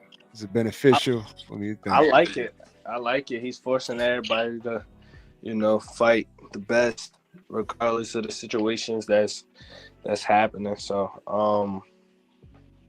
I like what he's doing. Like, it's a lot of guys who might try to duck somebody or whatever the case may be, but he's pulling them to basically leaving them no choice or no option for them to have a fight. So I think it's beneficial. I like it. So here's a hypothetical. Y'all on in the gym, y'all just hitting the bag, skipping the rope, whatever. Limousine pulls up and some Middle Eastern brother gets out. He comes in there, salam alaikum. You know, we need some guys to fill a card. You know, this Shakur City, some good stock coming out of here. You know, y'all want to jump on this card. I mean, what y'all finna do? Do you do it? I mean, like Coach. Oh, go ahead. if the opportunity is right, then we sit down as a team. Regardless, we always sit down, we talk, we chop it up. Don't never want to make no impulsive decisions. If it's right for you, it's right for you. If it's not gonna be right for you, then it ain't gonna be right for you. You know, truly believe in, like, you know, things don't just happen to you; it happen for you. So if it doesn't work out, it just doesn't work out because God may have something else different for you. You know what I'm saying? So if it do work out, then blessings. But if not, then we just keep it pushing, keep moving forward. Yeah, it could be if he's offering. Go ahead, Keith. What he's saying, like, you know, we not new to that type of situation either. You know, we've been offered, you know, contracts and by the biggest promotional company that you've seen already. You know, fought on top promotional companies, like multiple, like all of us. We fought on all top promotional companies. So we, you know, we understand our worth. You know, we the ones. You know, we like, nah. If it don't make sense for us, we're not going to just say yeah because of, you know, just because somebody else say yeah. You know, we understand our worth as fighters. We put in our work. So but like as Coach said earlier, like if it doesn't make sense for us, you know, it don't make sense for us. It may make sense for somebody else. Yeah. You know, but if it don't make sense for us, we're not going to do it. And you know, that's the reason why you see us in the situation that we in now. You know, it's just because certain things just didn't make sense. Yeah, that's an excellent answer, man. Because what's his name? That guy out of the UK that Shakur fought on short notice. Turkey called him up, and he said, "Look, Turkey, I can't do this fight, man. You know, I'm an electrician by trade. I gotta go home and go back to work." And Turkey said, "No, you come back and fight again. I'm gonna retire you." And I don't know how much he paid him, but he paid him, and he retired him. And Josh Padley, thank you, Eric, in the chat. Josh Padley. Now, Josh wasn't trash though, because he just had a fight. And he won that. He was on a win streak. But the thing with Shakur is Shakur's super talented, number one. And number two, it was short notice. But, you know, he just couldn't say no to that money. So the bad part is he has a blemish on his record. But he lost to one of the best in the game. And he's back in the win circle. But he was retired. So that's the kind of money. So I just want to pick y'all guys' brains. And I like the answer y'all said, man. It has to make sense because they could dangle it. Hey, man, the guy we're flying you out to Saudi to fight, if you beat him, you're going to become Joe Blow's mandatory. And I'm also going to pay you 1.5 million. I mean, out of pocket. It's like we're giving you the 1.5. It ain't 1.5 and you got to pay this, you got to pay that. No, we're giving you 1.5. So that's where the discipline comes in. You see what I'm saying? That's where the discipline comes in. I say, do I take that money and go up there and get my ass kicked or look bad? You know, I mean, am I ready for a title fight? This is where the honesty comes in at. You know what I mean? And on top of that, it's still a dirtbag game. Let's say you go out there and start kicking dude's ass and get to the cards, and it's like, hey, and it's like, what? I won 8 rounds out of this. What are you talking about? You know, this is a scumbag business, man, and I salute y'all for deciding to do it. I just talk about it. You know what I mean? Man, but this is great, man. The sky's the limit for you guys, man. So I want to know what all of you guys got lined up next. Keith, what you got lined up next, man, so we can support it? As of right now, I just fought. A couple weeks ago. Right now, taking a break, staying in the gym, bettering my skills. It's coming back early next year. Bet, man. Well, you already know. Let me know. I'm gonna promote the hell out of it. And you know how it is. You guys got it good promoting yourselves on social media. None of this stuff was around in the 90s or even in the early 2000s at that. So you can get people get a good look at you, through your social media. What do y'all brothers got lined up? I'm going December 6th at the 2300 Arena in Philly. So I'm a couple weeks out right now. Bet. For me, it's looking December 13th, fighting the RDR Promotions card at the Philly Harris Casino. Oh, okay, that's what's up. All right. I'm trying to see you telling me this. I'm trying to see where I'm available. So maybe I can make my way out to see one of y'all live. You know what I mean? I'll figure that out. Okay, let me go around the panel before I let y'all brothers go. And thank you guys for your time. We got a pretty good fight coming up. We got a couple of good fights coming up. I want y'all opinions on Anthony Yarde versus Benavidez and Brian Norman Jr. versus Devin Haney. I'm going to start with Wad. Your thoughts, who wins in those fights and why? Benavidez fight, when I talk about Benavidez, it's hard to beat that guy. Yeah. When you got somebody that just is relentless in his game, in his fight, and just how he approached the fights, how he approached camp, it's hard to beat him. He gonna let you have it. Like people will say, oh, he's flat-footed. Oh, he stand tall. He moves slow. This so that. It's hard when you get in that ring and you're in front of him. So I'm gonna go with Benavidez on that. With Devin Haney and Brian Norman, that one is interesting. Styles make fights. So I really want to see. I'm interested in seeing how those styles clash. Yeah. So you don't got a winner? Nah, I don't got a winner for that one. I want to see how the styles play out with each other. Yeah, that's gonna be tough. That's gonna be tough.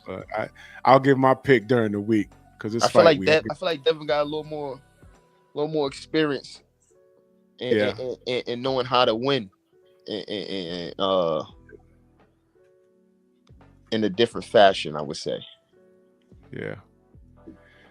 Yeah, I know some things, but I'm a cook on it during the week, man. Yeah, but that's tight. That's tight, brother Muhammad. Your thoughts on the fights coming up? We got David Benavidez versus Anthony Yarde. We got Devin Haney versus Brian Norman Jr. Your thoughts on both of those? Well, I mean, I'm going with Benavidez and I'm going with Devin. Okay. All right. I like what Benavidez does. Like, he loves to learn. He's always grinding. Like, you could see he pushed himself. Like, for him to be 300 pounds and was fat and went through everything he went through to be where he is.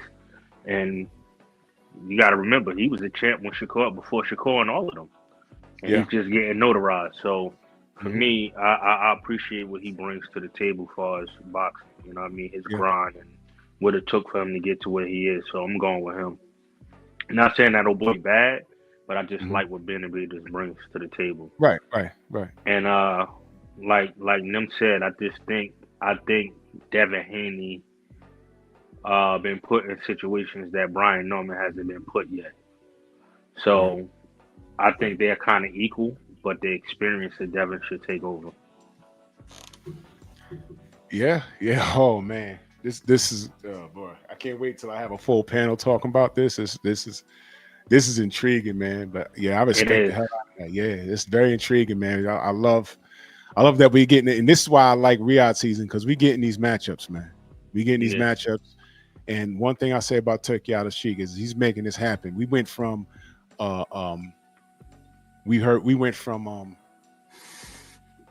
Bivol and Beterbiev being a fantasy matchup, which is wild because they're both in their prime and they're both active too.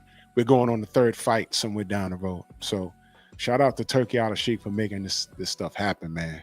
Hell yeah. And I can't wait I just love this sport, man. Brother Zaire, same question. Your thoughts? I like Benavidez. And then I don't really got a winner for the Brian Norman and Devin Haney fight, honestly. It's 50-50. Yeah. I love that, man. I love that with those toss-ups when you just watching like, could it be?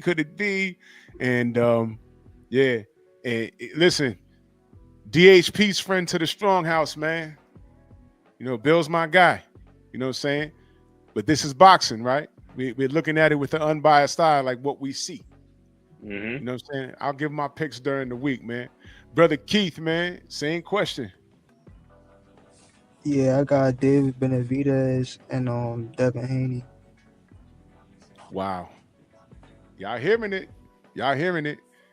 Now, I might shock y'all. I'll elaborate it during the week when I get to it. I can understand.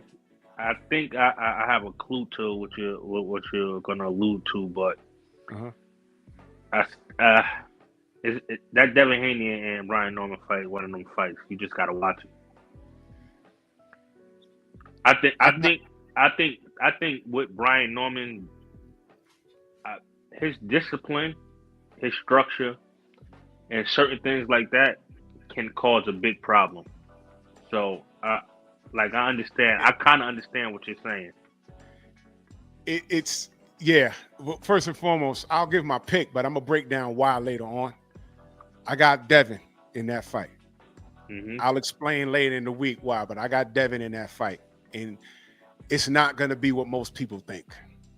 They've been sold on certain things that I just don't see, and if Brian has another gear that I heard he has, because I know someone that's very close to him. If he's going to show that gear, he's going to have to show it in this fight. Because this fight's not going to be what people think, in my opinion. In my opinion, I think that Devin is going to win very convincingly. But I'll break down exactly what and why. As far as Benavidez and Anthony Yard, I'm going to say that's a 50-50 fight. But I want to throw this at y'all. Anthony Yard is a career light heavyweight. I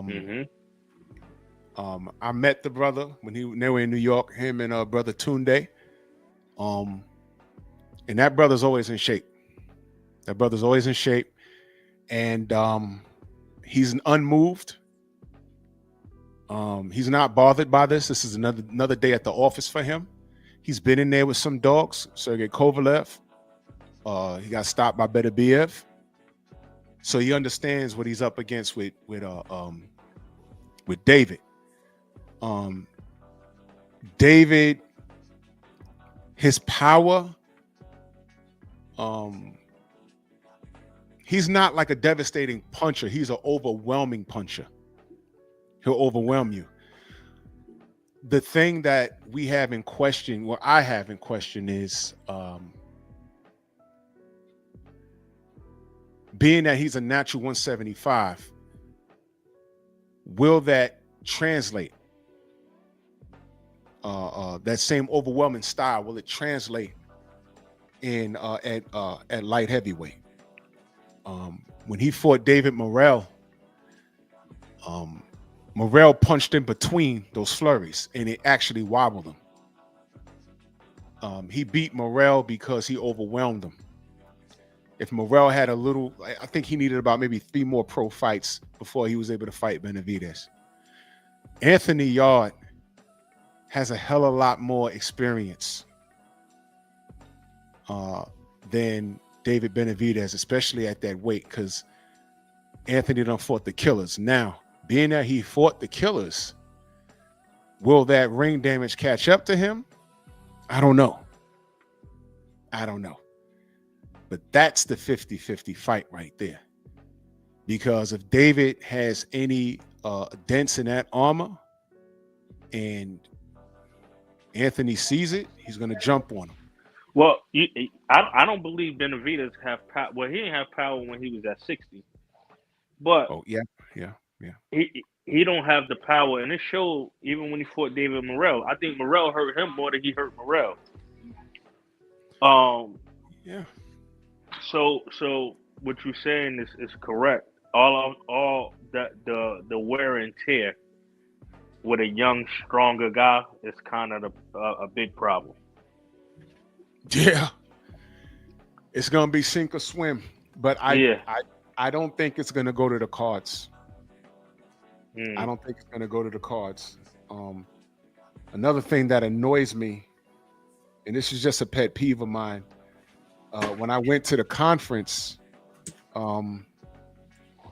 David shows up, and he's he has, he gets overweight. And he had on this suit, and I'm looking at him. He's what you call like a pear shape. Like some people get heavy in the stomach or heavy up top. He gets heavy at the hips, right? And I sized him up, and I looked, and I said, why is he, I would like to see, he had to been about maybe 230 pounds right there.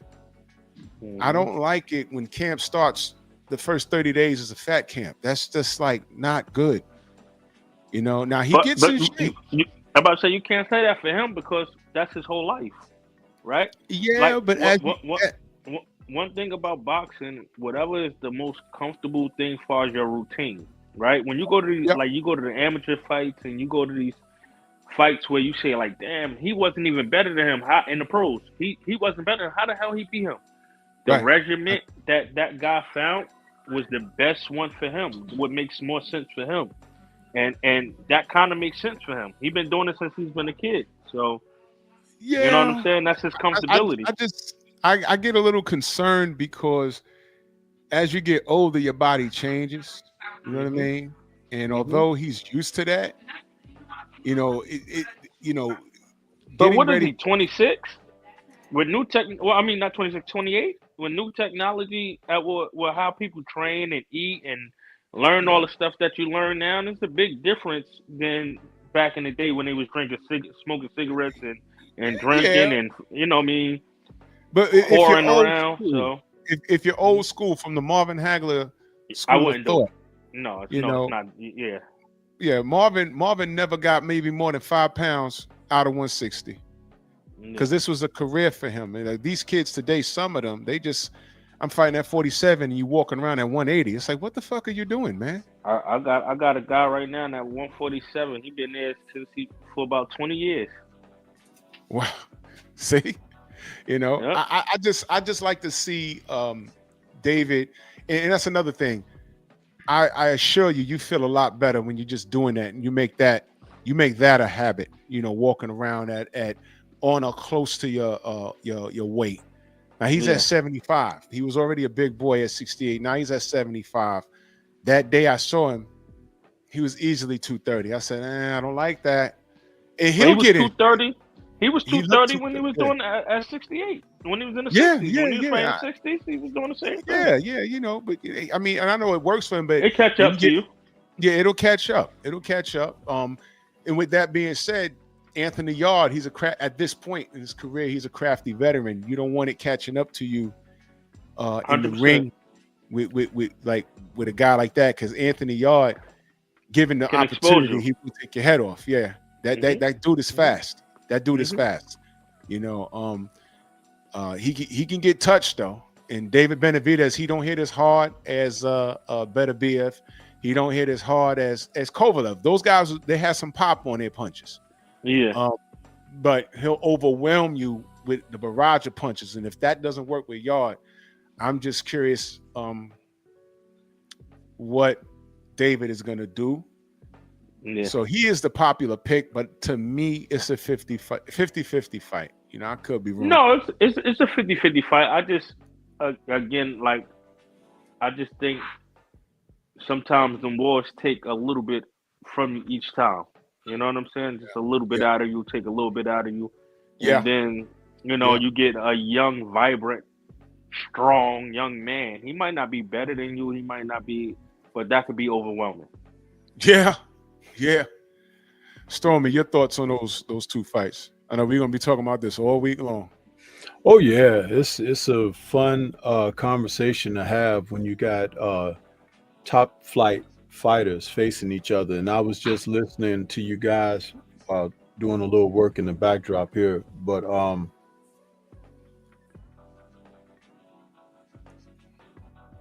when you're at the apex, the pinnacle,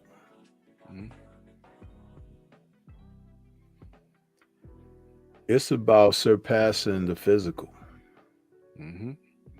It's about allowing the mental, the psychological to come into play and it to benefit you for why you have arrived to the point where you find yourself. And in this era, the more accomplished, the more experienced fighters, I'm finding they don't allow that to be what writes their story.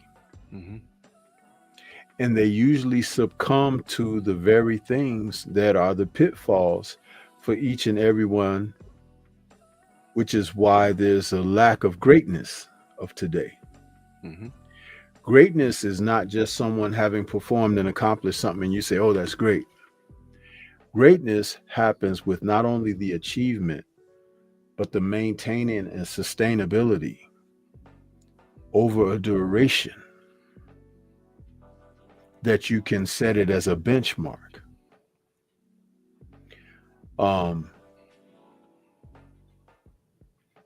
Benavidez still fights like a guy that hasn't learned a lesson yet.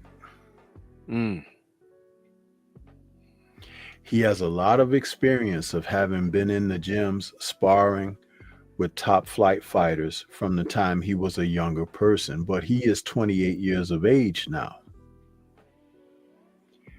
Where have you seen him set traps, use guile, ring IQ, and still maintain a level of not just dominance or separation that makes him different from someone else? He hasn't. All he's shown you is physicality. Physicality. But you think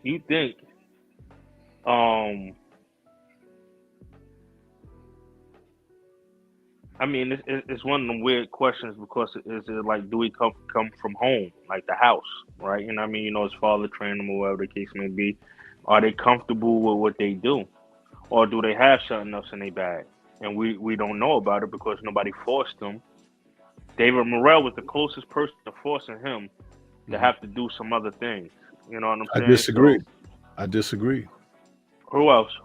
David Morrell, in fact, was too immature to deal with the seriousness hold on, let me finish. He was too immature to deal with the seriousness of where he found himself. Guess what? His ability and his experience hadn't caught up to where the point he found himself. If it had, he could have won.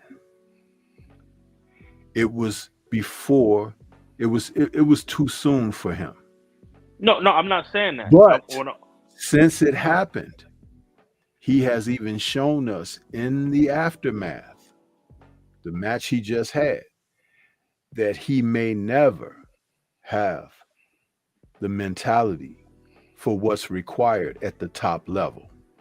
So no, I'm not saying that. What I'm saying is nobody forced. If you're a one-trick pony and nobody can stop you from being a one-trick pony, you had no reason to. Morrell kind of exposed it a little bit You know what I mean? Because of his defense, his lack of defense, his lack of moving his head. You know what I mean? Certain things like that, and he couldn't just mold Morrell down. You know what I'm saying? He still had to be somewhat conscious. I'm just saying we don't know if he has something else in his bag because nobody has ever made him do anything besides stand in front of him and throw 90 punch combinations. Do you believe that at 28 years of age, of where you see him and have seen him in his career, that he has something else in his bag? I'm not saying no. I'm not saying no, but I'm just saying me. I asked you, as a, do you believe from I what don't. you have seen? I can't say. That's just me. That'll be me assuming because I'm not in the gym with them, right? You might have a guy that fight one way for 10 You don't years, have to right? be in the gym with a guy that doesn't work hard to tell that when he puts his effort out, that the reason that it is what it is because he didn't work hard, right? You could just tell. Aren't there certain things that instinctive? You're a dad, right? Mm-hmm. You know your sons, right? Mm-hmm. Okay. How do you know your sons? You raised them, you birthed them into this world, you brought them up in a certain environment, you being close, you know the nature of them. But also being a dad in this world, you're a man who has life experience and you've witnessed other things happen in life. And therefore, just because you didn't go through it, you are aware and you know better for certain circumstances to not or to do. And you make that assessment based on life experience. I don't have to put my hand on the burning stove to tell that it's hot and it's going to burn. But you teach children who are not in the know at all, hot, don't touch. And they learn that. When you don't teach them, they pull a pot of hot water on themselves or something and burn themselves. And now you go into the emergency room and they got 3rd-degree burns. Simply because they were not taught. I say all of that to give you a little bit of sense of what it really means. Benavidez has fought the way he has fought. He's been, I said a moment ago, he's been in the ring with a lot of experienced fighters, and he's garnered a lot from that. But he fights one way. He's been able to get away with that because no one has made him think outside of that. Now, the way that you do it is you present a different series of circumstances for him to show you. Remember, I said the physicality. He has shown you that. He has not shown you the cerebral. Fighters that fight like that, when the physicality wanes, it's just like a guy that is extremely athletic and has these gifts, like, oh, he's so quick and he, you know, his reflexes, but when that begins to go, they become vulnerable. Why do they become vulnerable? Because those assets that they relied heavily upon are now eroding. So they don't have anything else to fall back on because that was where the strength was. Roy Jones Jr., Bernard Hopkins. Bernard was technically proficient. Roy was athletically superior. When the time for the crossroads of life experience, ring experience, and everything came to meet, one kept going and the other began to go down. Why do you think that is? It's the foundation of the individual. What was built there. It's as solid. When I said it earlier in the conversation and I talked about foundation, when you got something solid to build upon and stand upon, that cannot be moved. But when it's shaky, when it's iffy, when it's single-sided or something like that, you start to take the bricks away from that and it crumbles. Why do you think it's called a sweet science? I continue to try to share this with people, but they can't see it because they're not elevating beyond that whole physical thing. David Benavidez hasn't been put in that type of position. There are a couple of guys who can do that to him. He has ring experience with Dmitry Bivol, even to the degree that he feels confident that he could take Bivol in a fight. But Bivol has shown through his ring experiences in live action that he can diversify a little bit. And if he happens to have to face Benavidez on the world stage, the sparring that they had won't be like what the real fight will be like if Bivol has something to say about it. It won't have the same if Beterbiev has something to say about it. Now, to get to what the original question that Drew was asking me about the two fights, you talk about Yard. I believe Yard can go in there and give a show and a go, but there's something oddly familiar about him that is something that Benavidez has faced already on a couple of different occasions. Caleb Plant, Demetrius Andrade. Demetrius Andrade is a southpaw. Anthony Yard is orthodox fighter. But if you look at Caleb Plant and Demetrius Andrade, they're quite similar to Anthony Yard. Yard can maintain that toughness. I can do it. You know, I'm good. Like, remember when Dubois knocked AJ down and AJ got up pounding his chest and all of that? Hey, I'm good. I'm cool. I'm strong. But where was this at? Where was this going? He was in there facing Dubois with his hands beneath his chest plate, chin up in the air. Hell yeah, that guy's going to knock your head off. He didn't come out there like this, focused and looking for Dubois to make the wrong move and whang, take care of him, like Lennox Lewis did Michael Grant and certain other guys. That's when you let that experience take over. Because a younger guy, a stronger guy, an older guy, a stronger guy, that physicality thing, it can swing either way on the pendulum. But that experience and that mindset is different at the top of the sport. Everybody who's at the top of the sport don't have that, because some of them have got there without the experiences that were needed. How many of these guys have picked up vacant titles and never fought a champion for a title? How many? There's a couple of them out there. It's a few of them out there. And that's where people have been robbed in the sport of boxing.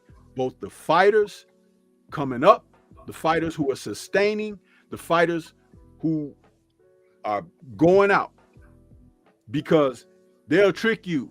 Hey man, you ain't got to fight him.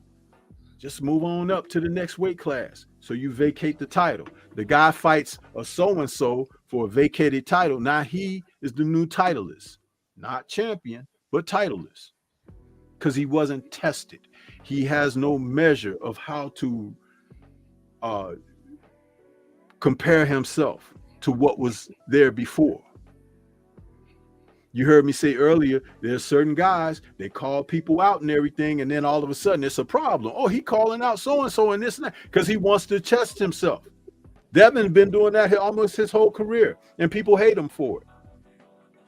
There's no respect for that anymore. But a guy that he's got all these belts. He's got more belts and knockouts than he's got fights. And fights are something where you look at a guy on paper and you say, oh, I don't know about this one. He might not win it. Because he has come to a part in his career now where he's about to be tested. If you really think that Anthony Yard is going to test Benavidez, you're sorely mistaken.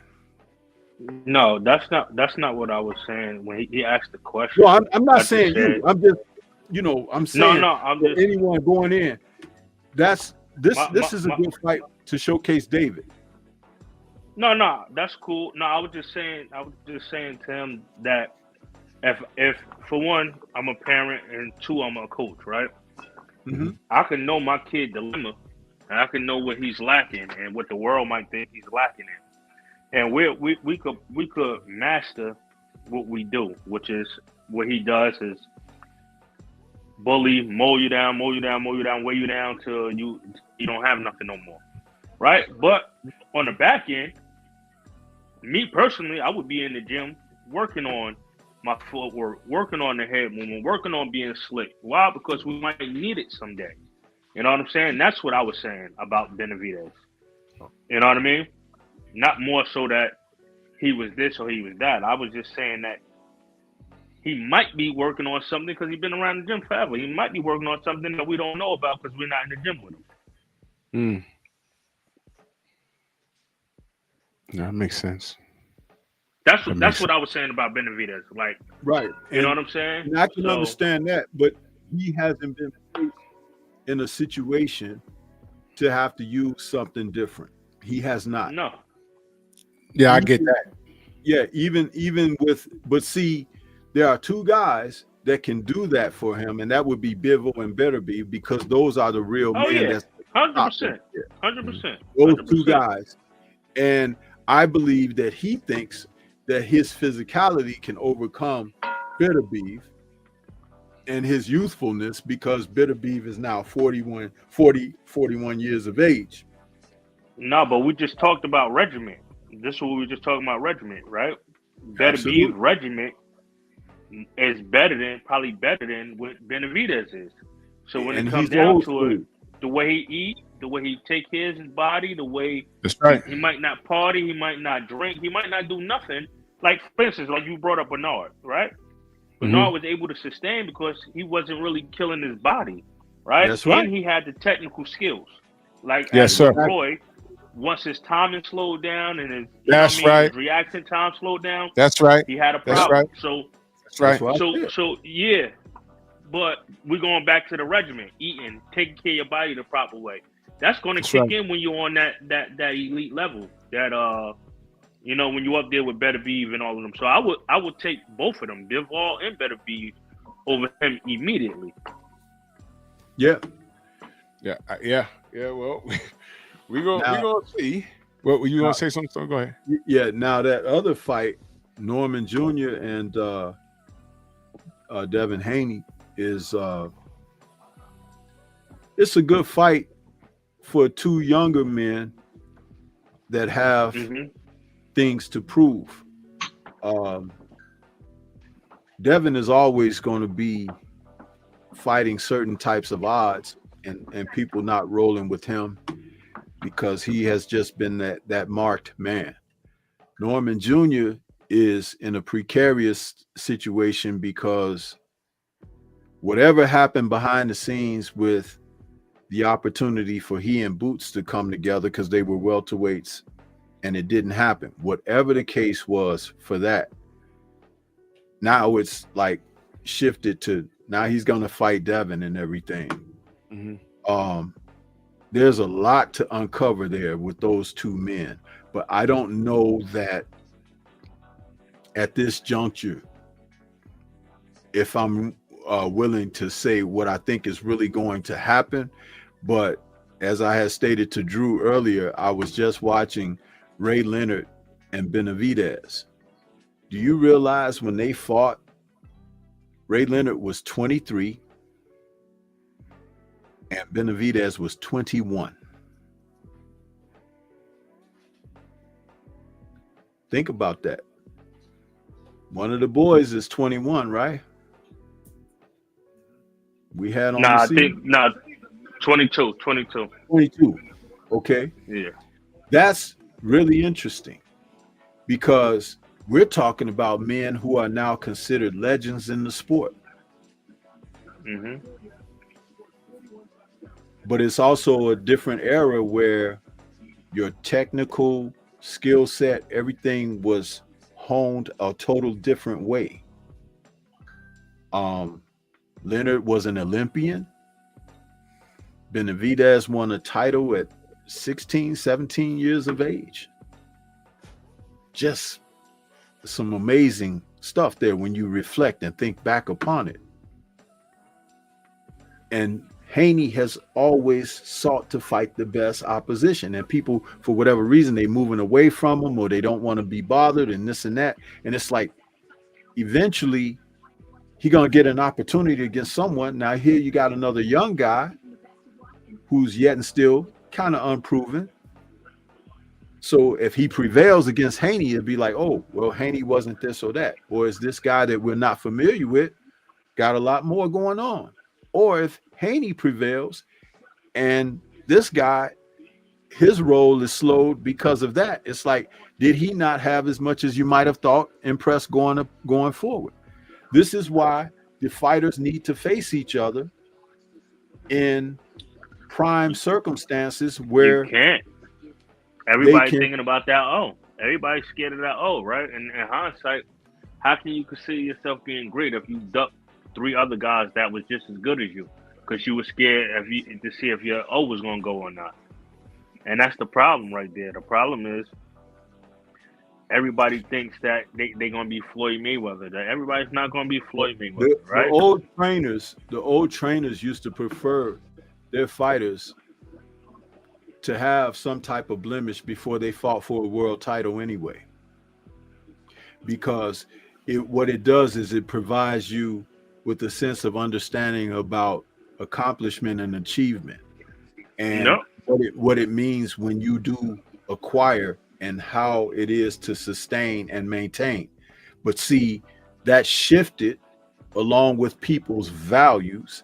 You understand, because it's boxing, and I talk about this on my Tuesday show all the time. It mirrors life. You got people out here now, they want accolades and they want to be adorned with respect and all of that for little effort of achievement. Sometimes lifting something from a different entity and proclaiming it for their own, for success, without having worked for it. Very few are getting it out of the mud and trying to do something to initiate or to inspire. It's like people want to know, well, how'd you get that? Where you get that from? How much did that cost? Do you know you can have something on an everyday basis now where, let's just say, you bought a nice shirt and you go around some people that you're familiar with. Somebody gonna say, hey man, where you get that from? How much that costs? It costs money. But it's like the person that asked that question is kind of like the person that I'm talking about, that is like, they'd rather you show them or whatever than to go out and do it themselves or whatever. It's like, really? You got neighbors on the street. You driving in and out of your driveway or whatever, going to work or whatever, and they watching. They watching you so much they can't mind their own business. But you have some kind of criminal activity take place, a window got broke or something on your home, and you say, hey, did anybody see anything? No, I ain't see nothing. They was watching the whole damn time. Yo, listen, I gotta bring this to a close. Man, this has been enlightening, man. I see the 3 young kings. We got the trainer here, man. This is what it's all about, man. I appreciate you guys. I know Keith had to bounce. I appreciate you guys. Brother Muhammad, let us know how we can all follow you and support you guys and what you guys do, man. Please. I'm on Instagram at Boxing Bully Moo. All right. My gym is at Lyndhurst, 31 Ridge Road, Lyndhurst, New Jersey. So that's where I could be reached at. All right, cool. Brother Muad, you see, I got you in the AI up here walking around. Yeah, I peep. Yeah, hell yeah, man. Let us know how we can follow you. I'm on Instagram at _NIM3 _NIM and then the number 3 on Instagram. Hell yeah, man. I appreciate y'all guys' time, man. For real, man. Appreciate you having us. Yeah, man. Anytime you need anything, you need me to promote anything, man, hit me up. I got you, man. I got you. Yes, sir. I appreciate it. Brother Love. Muhammad, I just went to your Instagram and started following you. My handle is Stormy B Man across all of my social media, so you'll see me. I just started following you. Yeah. Thank you. I appreciate it. Yes. No doubt. I'll do that in a second, man. You guys are welcome. Open door policy for all you guys, man. Just let me know and I'll pull y'all up here. Yes, sir. Yes, All sir. right. Thank you, bet. I appreciate And it. by the way, Nonito Donaire sends his regards. He's in camp right now. He's on the other side of the world right now. He got a fight coming up. Mhm. And, you know, when it's night, it's day over there. And when it's day, it's night over here. But he's training. So he wasn't able to join us, but he sends his regards, man. That's that guy right there, man. When before he knocked off Vic Darcini, I was like, man, he was gonna be special. And then, you know, he took off and did a lot of good things. Yeah, man, that's So, my guy. We have the same birthday. yeah. His birthday is the 16th Oh, of that's November. what's up. 16th of November? Yes, sir. Damn, I'm right around the corner. I'm 10 days after you. Oh, okay, there you go. Yeah, That's what's yeah. up, man. But I'm definitely gonna come out to Jersey and come check you. I'm gonna hang out with y'all when y'all get a workout in. You feel me? Come through. Yeah. Make sure you come through. I appreciate it. Yeah, come through. Absolutely, man. Absolutely. Let me just heal up, get these old bones healed up and stuff. You know what I mean? I These know old how it go. linebacker bones. I know how it go. Man, salute to you Yeah. guys, man. Much love and appreciation. I appreciate y'all. Have a good one. Take care. Have a good Be night. safe. Take it Take easy. care, brothers. All right. Let me read these super chats real quick. Universal Truth says, happy birthday. Get that Bengay, bro. Tay Tay, the queen of MMA and combat talk. Happy birthday, King. Salute to you. Trey Will in the building, my brother. He said, happy born day, big bro. Salute to you, good brother. Professor X in that super chat. Salute, man. My brother Eric Jordan in the building. My queen, Gold Creek in the building. She said, I heard it was somebody's birthday today. Happy birthday to you, King. Salute to you. She's alive right now. Y'all go subscribe to my brothers Trill Will and Gold Creek and Tay Tay. Stormy, I gotta bounce. I got some things that I'm doing here. I gotta make this quick exit, man. Salute to you, brother. And tomorrow, Nerds is gonna be fire. Yes, Absolute fire. Yes, sir. Y'all make sure y'all pull up on us, man. And salute to everybody in the Venmo, Zelle, the Cash App, the Super Chat. I got to roll. Stormy, I'll holler at you in a bit, man. Much love, All right, y'all. peace to everybody. Have a good night. Yo. Move! Why are you gay? Who says I'm gay? You are gay.